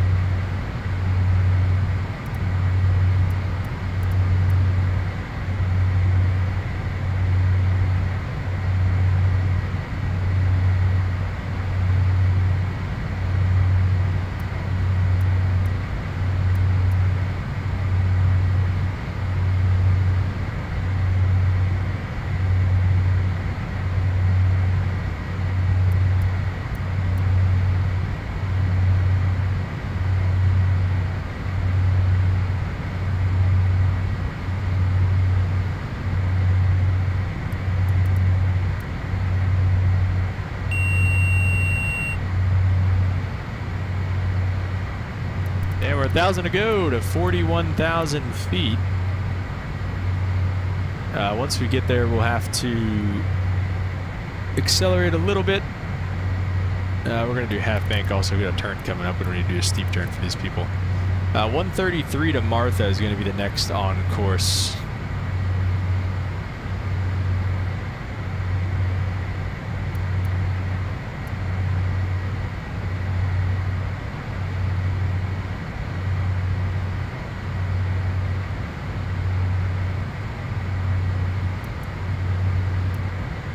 And then I think speed hold should come off. Oh shoot, I didn't have altitude select. Oops.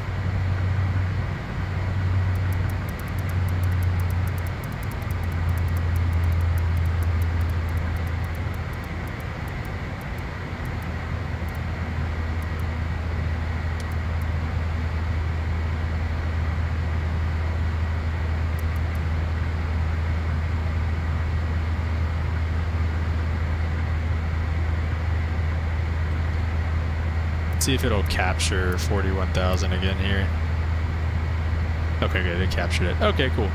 So yeah, then I think speed hold comes off for the cruise because there's nothing out there. You can't really do anything while it's cruising because it doesn't have any auto throttles or anything like that. So maybe set like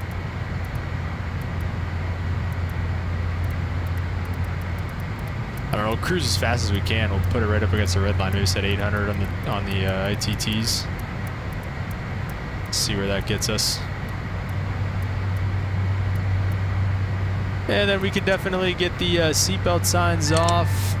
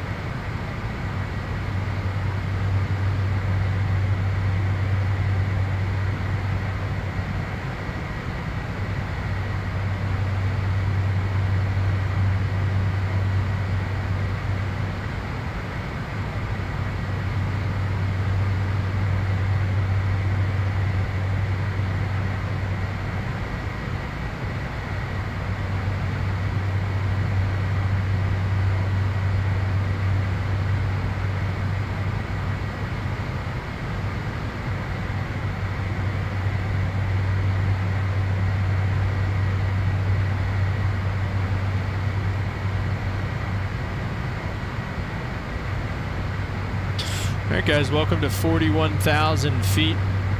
Just hanging out here for the time being. Like I said, guys, we're on our way down to check out Altus Air Force Base. And we'll take a look at some of the approaches down there here in just a minute.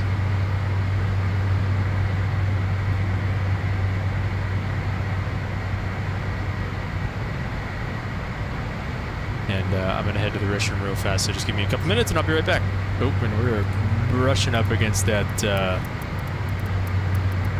red line, which is what we want, kind of, but it's got like 7 something on the ITTs.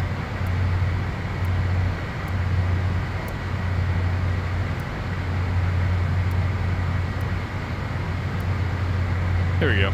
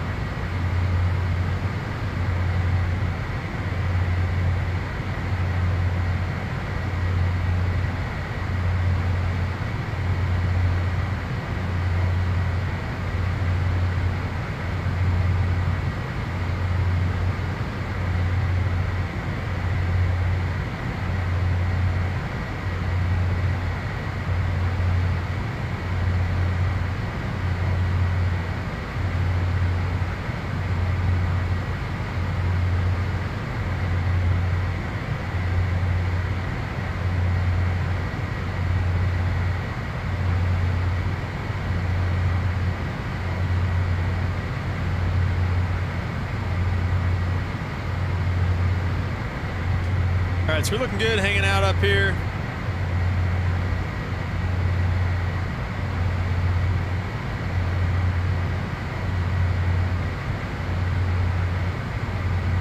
Should have, what do we got? 134 miles to Martha, which is basically right outside. Oh, it's Martha's on the approach.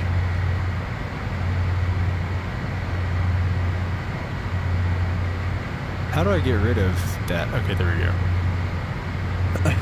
All right, so let's take a look. Let's load up an approach here. We're gonna do no arrival. We're gonna do. Are there arrivals going in here? None. Transition, none. Runway, none. Okay, approach. Wait, okay, yeah, there we go. Approach, ILS. We're doing the ILS Zulu into 18 right.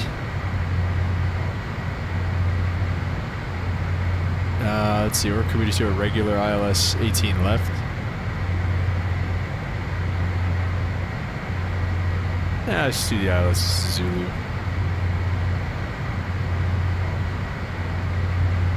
Okay, or not. Well, I think the problem is it's an ILS.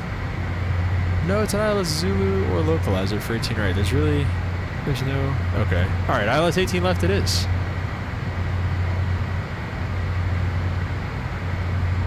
The only thing is Martha is literally a fix.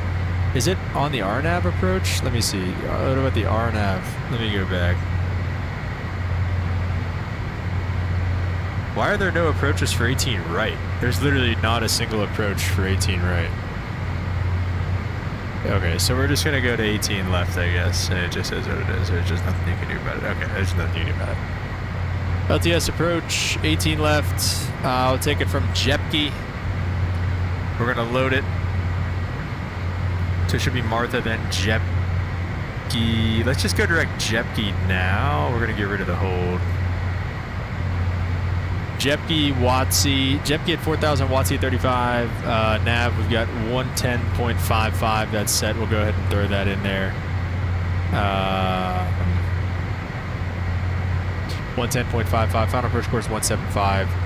Minimum's 1582, which I don't think there's a way to set mins in here, so we're just gonna kind of deal with that. So if we go back and look at the map,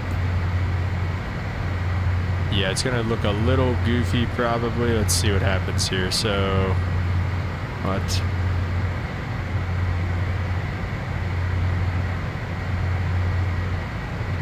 Should we why is it taking us way back? All right, let's go direct to. Let me see the map. Let me see how this changes things.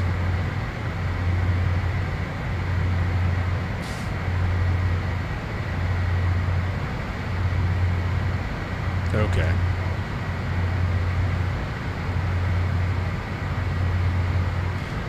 Let's just take a look at how this changes things. We're going to go probably...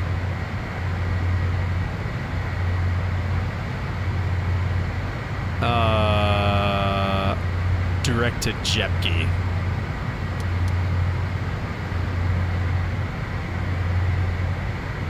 So that should make things look a little bit smoother. Yeah, so we don't have to really... Should just be direct to Jepke and then inbound on the approach Watsy and Japley and then 18 left over there. So and we should be visual and everything, so we shouldn't have any problems getting the runway.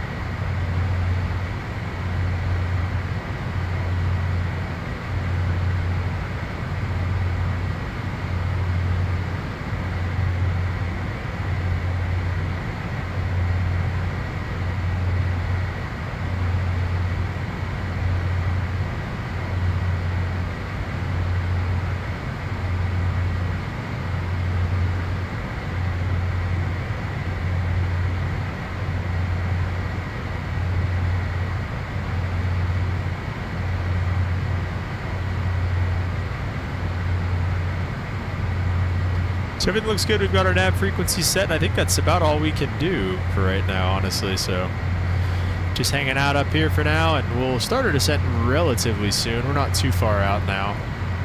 So we're about, how far are we from, we're 177 miles. So we've got a little bit yet, but we'll be starting our descent here probably in 10, 15 minutes.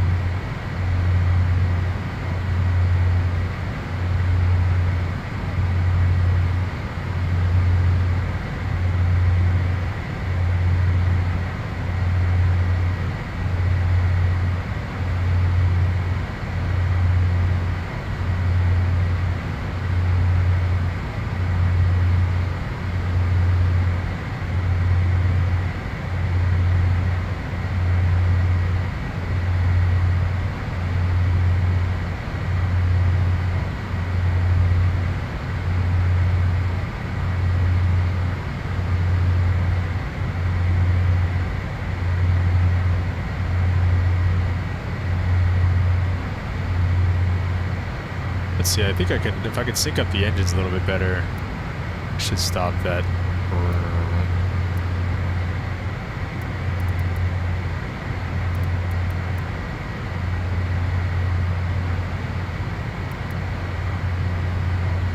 It's pretty, it might be as good as it's gonna get right there.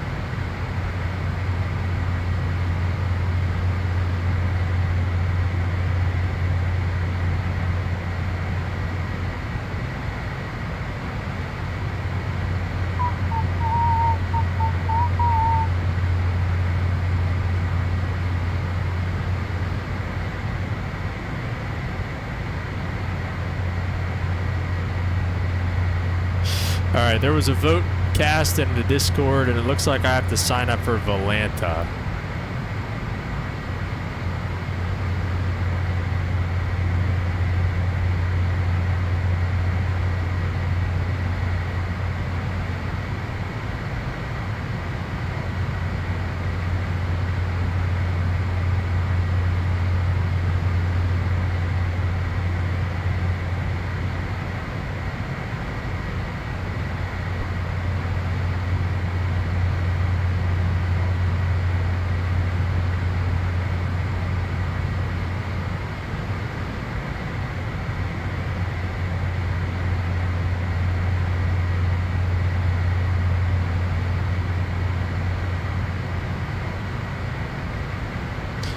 So I guess I'll work on signing up for Volanta here. Powered by Orbex. Alright. Got about 80 miles to go. We definitely want to start thinking about getting down soon. Probably about...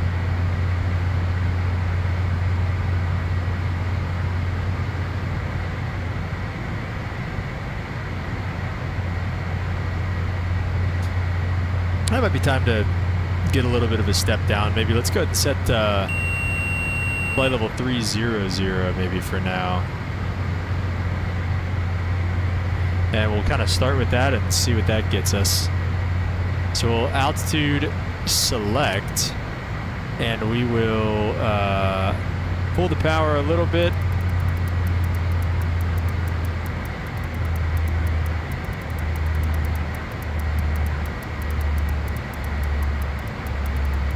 And I'll do, we'll do speed hold again here.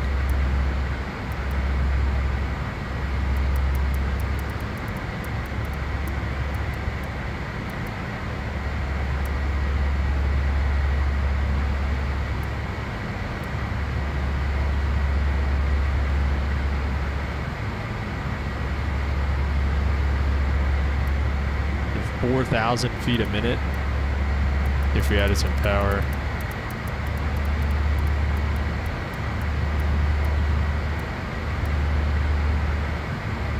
So we're speed hold on the way down here as well.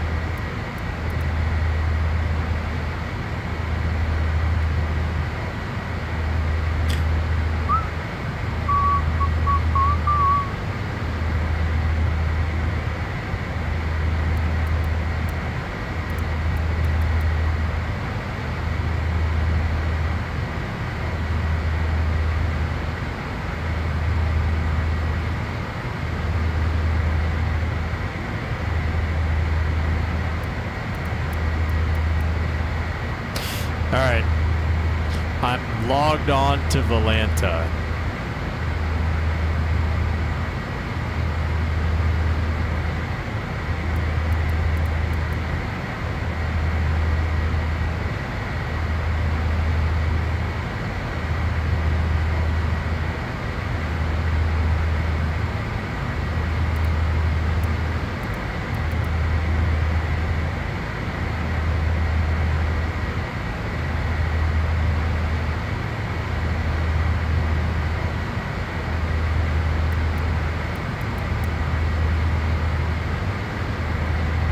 So maybe think about like Mach 0.75 on the descent.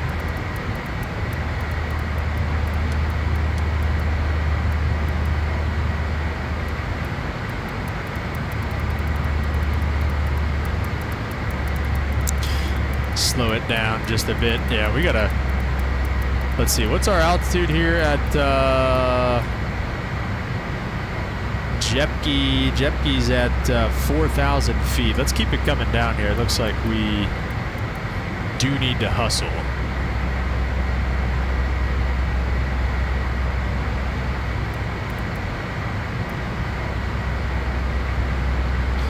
So 4,000 feet is set. Yeah, we need to kind of chop and drop it here. So sorry to everybody in the back. Let's go ahead and get the seatbelt signs on back there.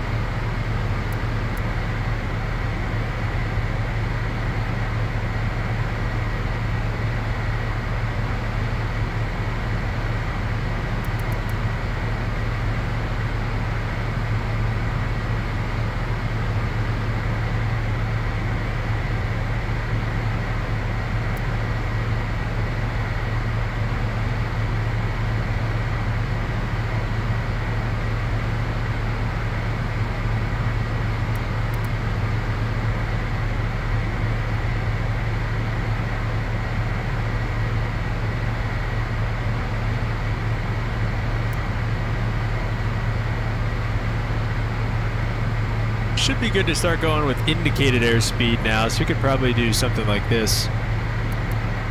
We could probably speed it up a little bit too. That's the nice thing though, is honestly keeping it slow and keeping that descent rate high. Honestly, I kind of like the state that we're in right now. We're doing like 4,000 feet a minute.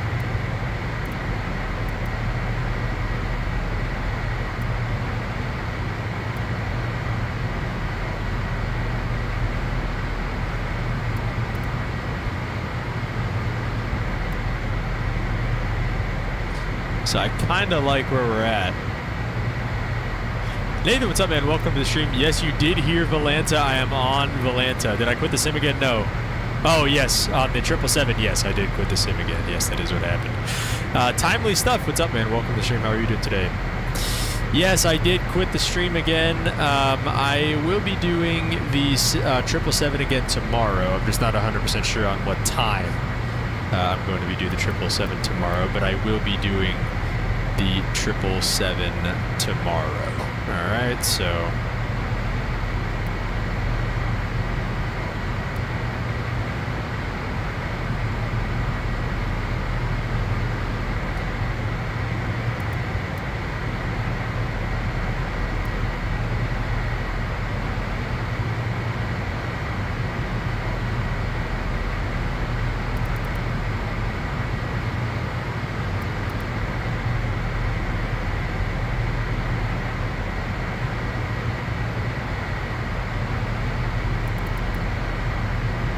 Nathan, was it you or who was saying something about there being a button or like a keybind or something that like makes it harder to close the game?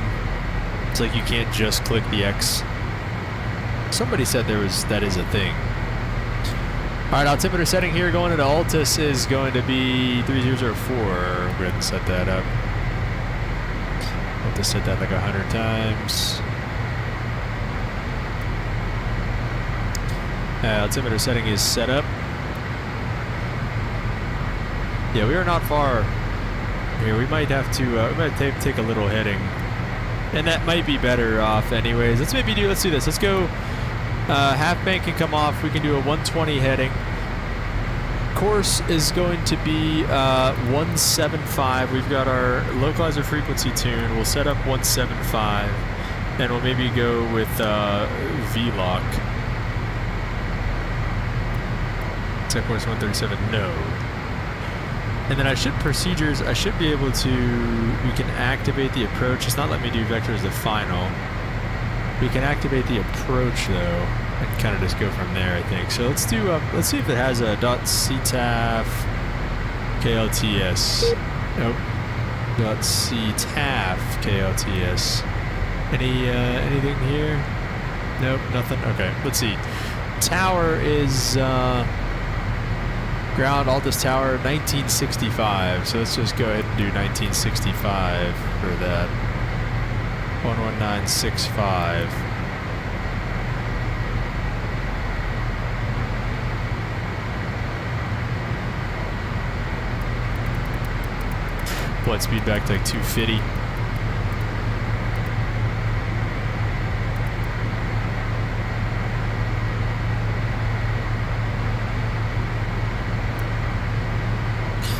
I'd say take like a 150 heading. We're looking a little bit better here on our stuff. We can get the ignitions on for landing, and we're coming up on 10,000, so we can just get our lights on now. All the VIPs are looking good back here. It wasn't me, however. I use a free program called Flow and quit the sim like that as a 5-second delay in case you want to cancel it. Maybe I gotta do that, man. I don't know.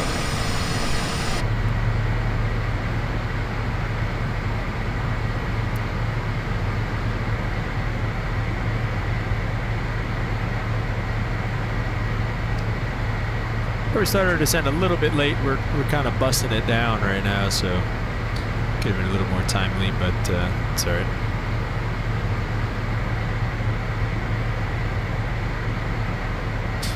Altus traffic, Cougar 37, we're about 20 miles to the northwest inbound, runway 18 left. I don't know why this isn't giving me more of like an actual like localizer. You know what I'm saying? Like it's not.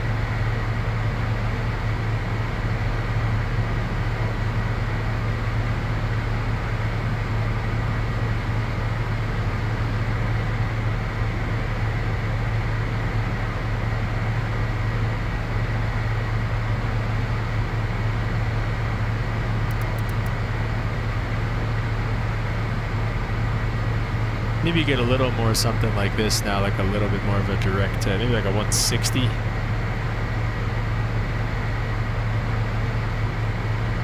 I wonder if it's because, I mean, the approach is activated. It's not letting me activate vectors of final, so I don't know. The 150 actually might have been good. It's going to be a little aggressive.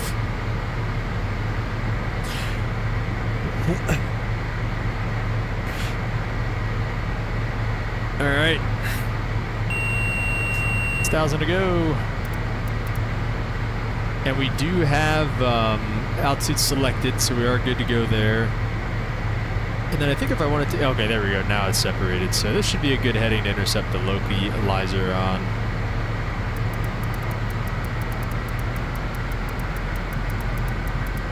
We do have the speed to come down a little bit, maybe like a 230-ish. Let's get our landing information. So we've got currently right now we're 14,000 pounds. So we're going to be landing at about 130 on the approach, 123 for the landing speed. So we'll go ahead and shoot for something like that. Let's go ahead with nav mode. I think arms the localizer. It should anyways.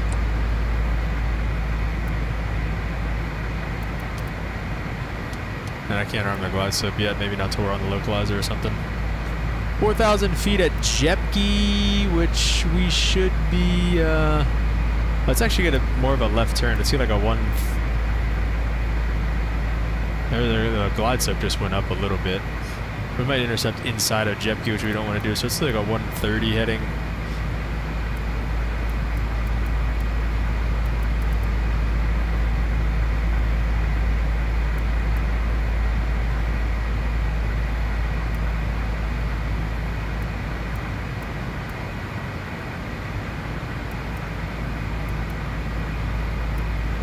Waltzy's at 3,500. Let's go ahead and drop it down a little bit more for that.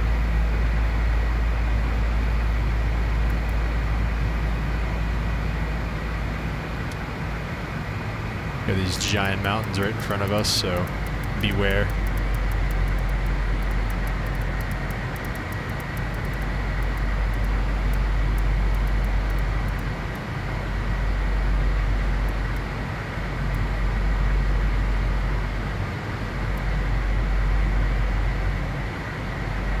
Alright, definitely we're gonna start pulling it back to like 200.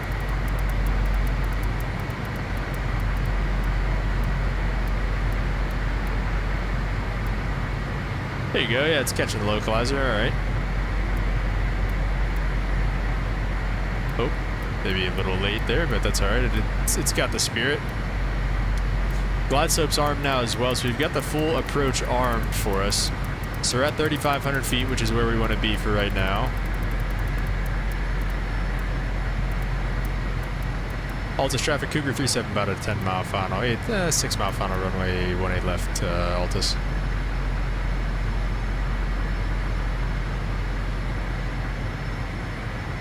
Alright, I'll get New Sky open. Does Volanta give you a landing rate, Nathan? Or should I get New Sky opened up? Let's go ahead with flaps 8. I think you can do just probably, you don't need to do flaps 40, but we'll see. Yes? Okay. Let's go gear down.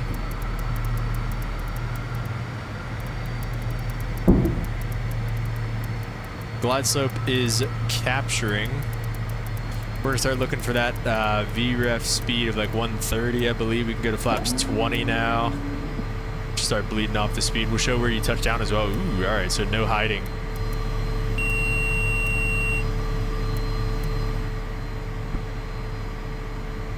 And the missed approach altitude can get set at 4,000 feet as well, so we are looking good here.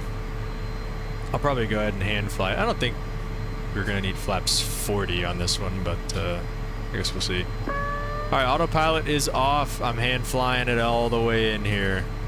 Like I said, looking for about 130 on the approach.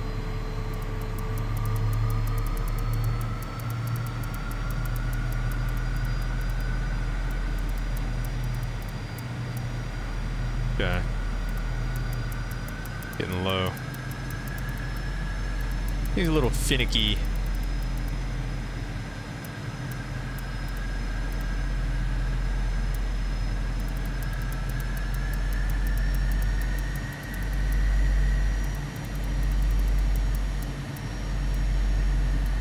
Altus Air Force Base here in Altus, Oklahoma. Let's see what we got.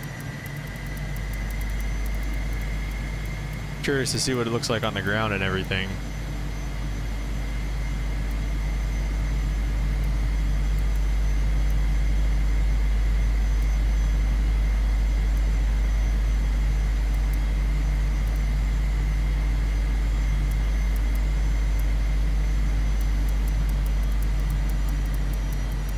Oh.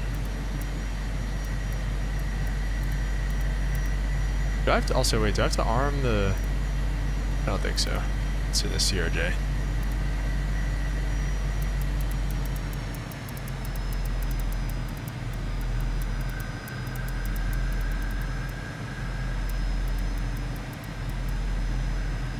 Like, I hate how bouncy it is right there. Like, you see that?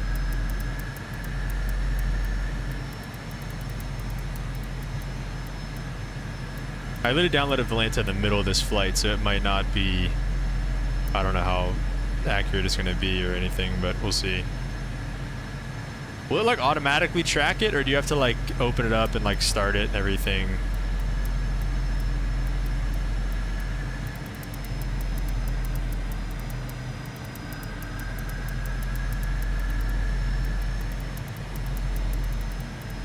Nice.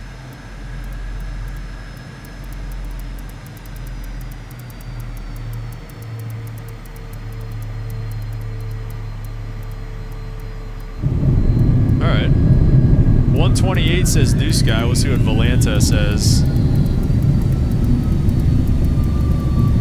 Looks like we're going to keep it rolling, actually, because that taxiway doesn't really do us much good.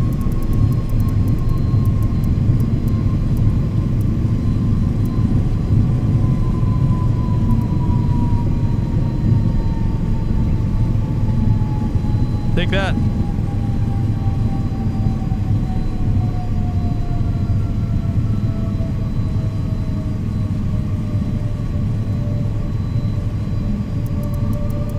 Yeah, it's literally actually at the end of the runway is where this turn is. Okay, so we're good to go there. All right, let's get the ignitions off. Let's see, we can get the strobes and the landing lights can come off.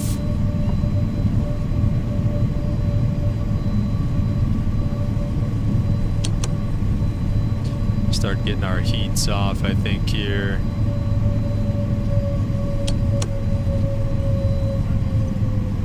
Oh shoot, I'm gonna need my steering guy here as well. Altus traffic, Cougar 37, clear of all runways. Well, clear of 18 left, actually. Taxi back on Echo 2 to the ramp, cross 18 right, Altus.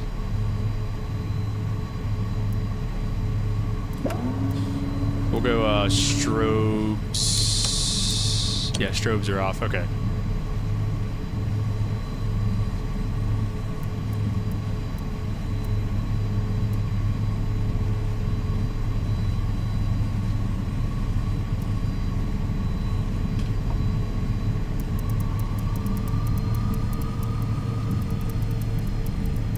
So not too bad of a landing after a, I really wanted to do a 777 landing, man. I'm actually pretty bummed that I missed out, that we missed out on that, but it is what it is. The Learjet is here on the ground in Altus.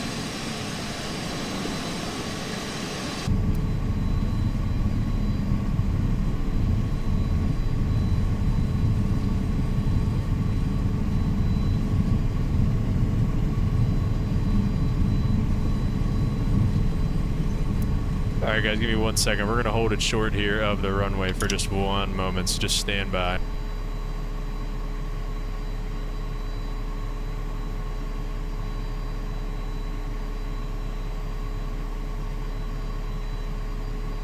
We are going to have to hold it short, but we'll keep it rolling for just a minute.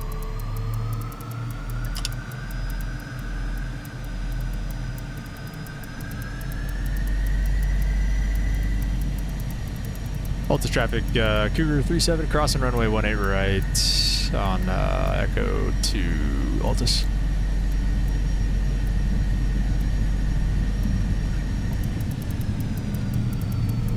Oh, my bad. Wasn't looking.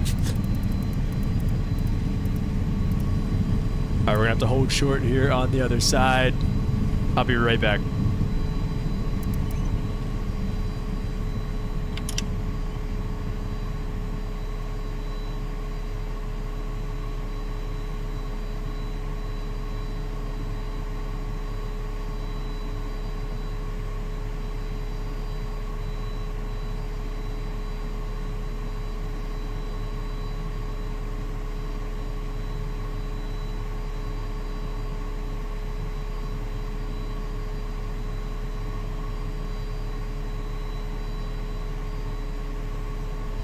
Alright, we're all good.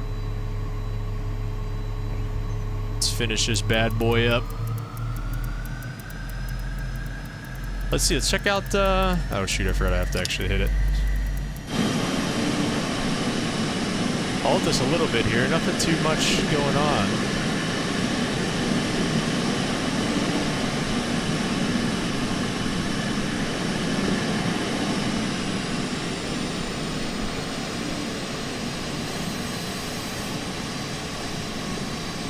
I guess we'll just park it next to one of these buildings here.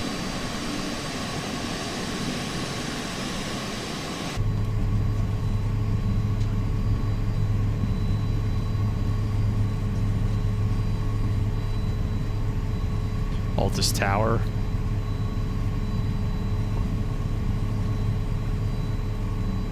We'll go right next to the cars over there, right? They can walk right from the ramp to the cars, apparently.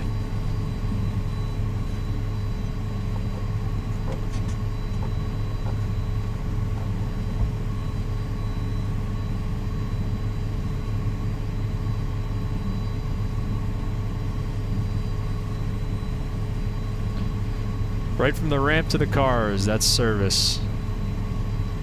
Service with a smile.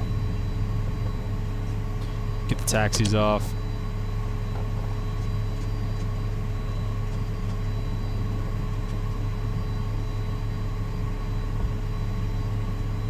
Alright, we'll go ahead and stop it there, set the parking brakes, we can get all these guys off, I think, and let's see, I think we're good to kill the engines. Oh, I think I So I can go off and off on those, but I think I can just go... You have to... Yeah, there we go. Kill them both. We can get the beacon off. And that is pretty much going to do it.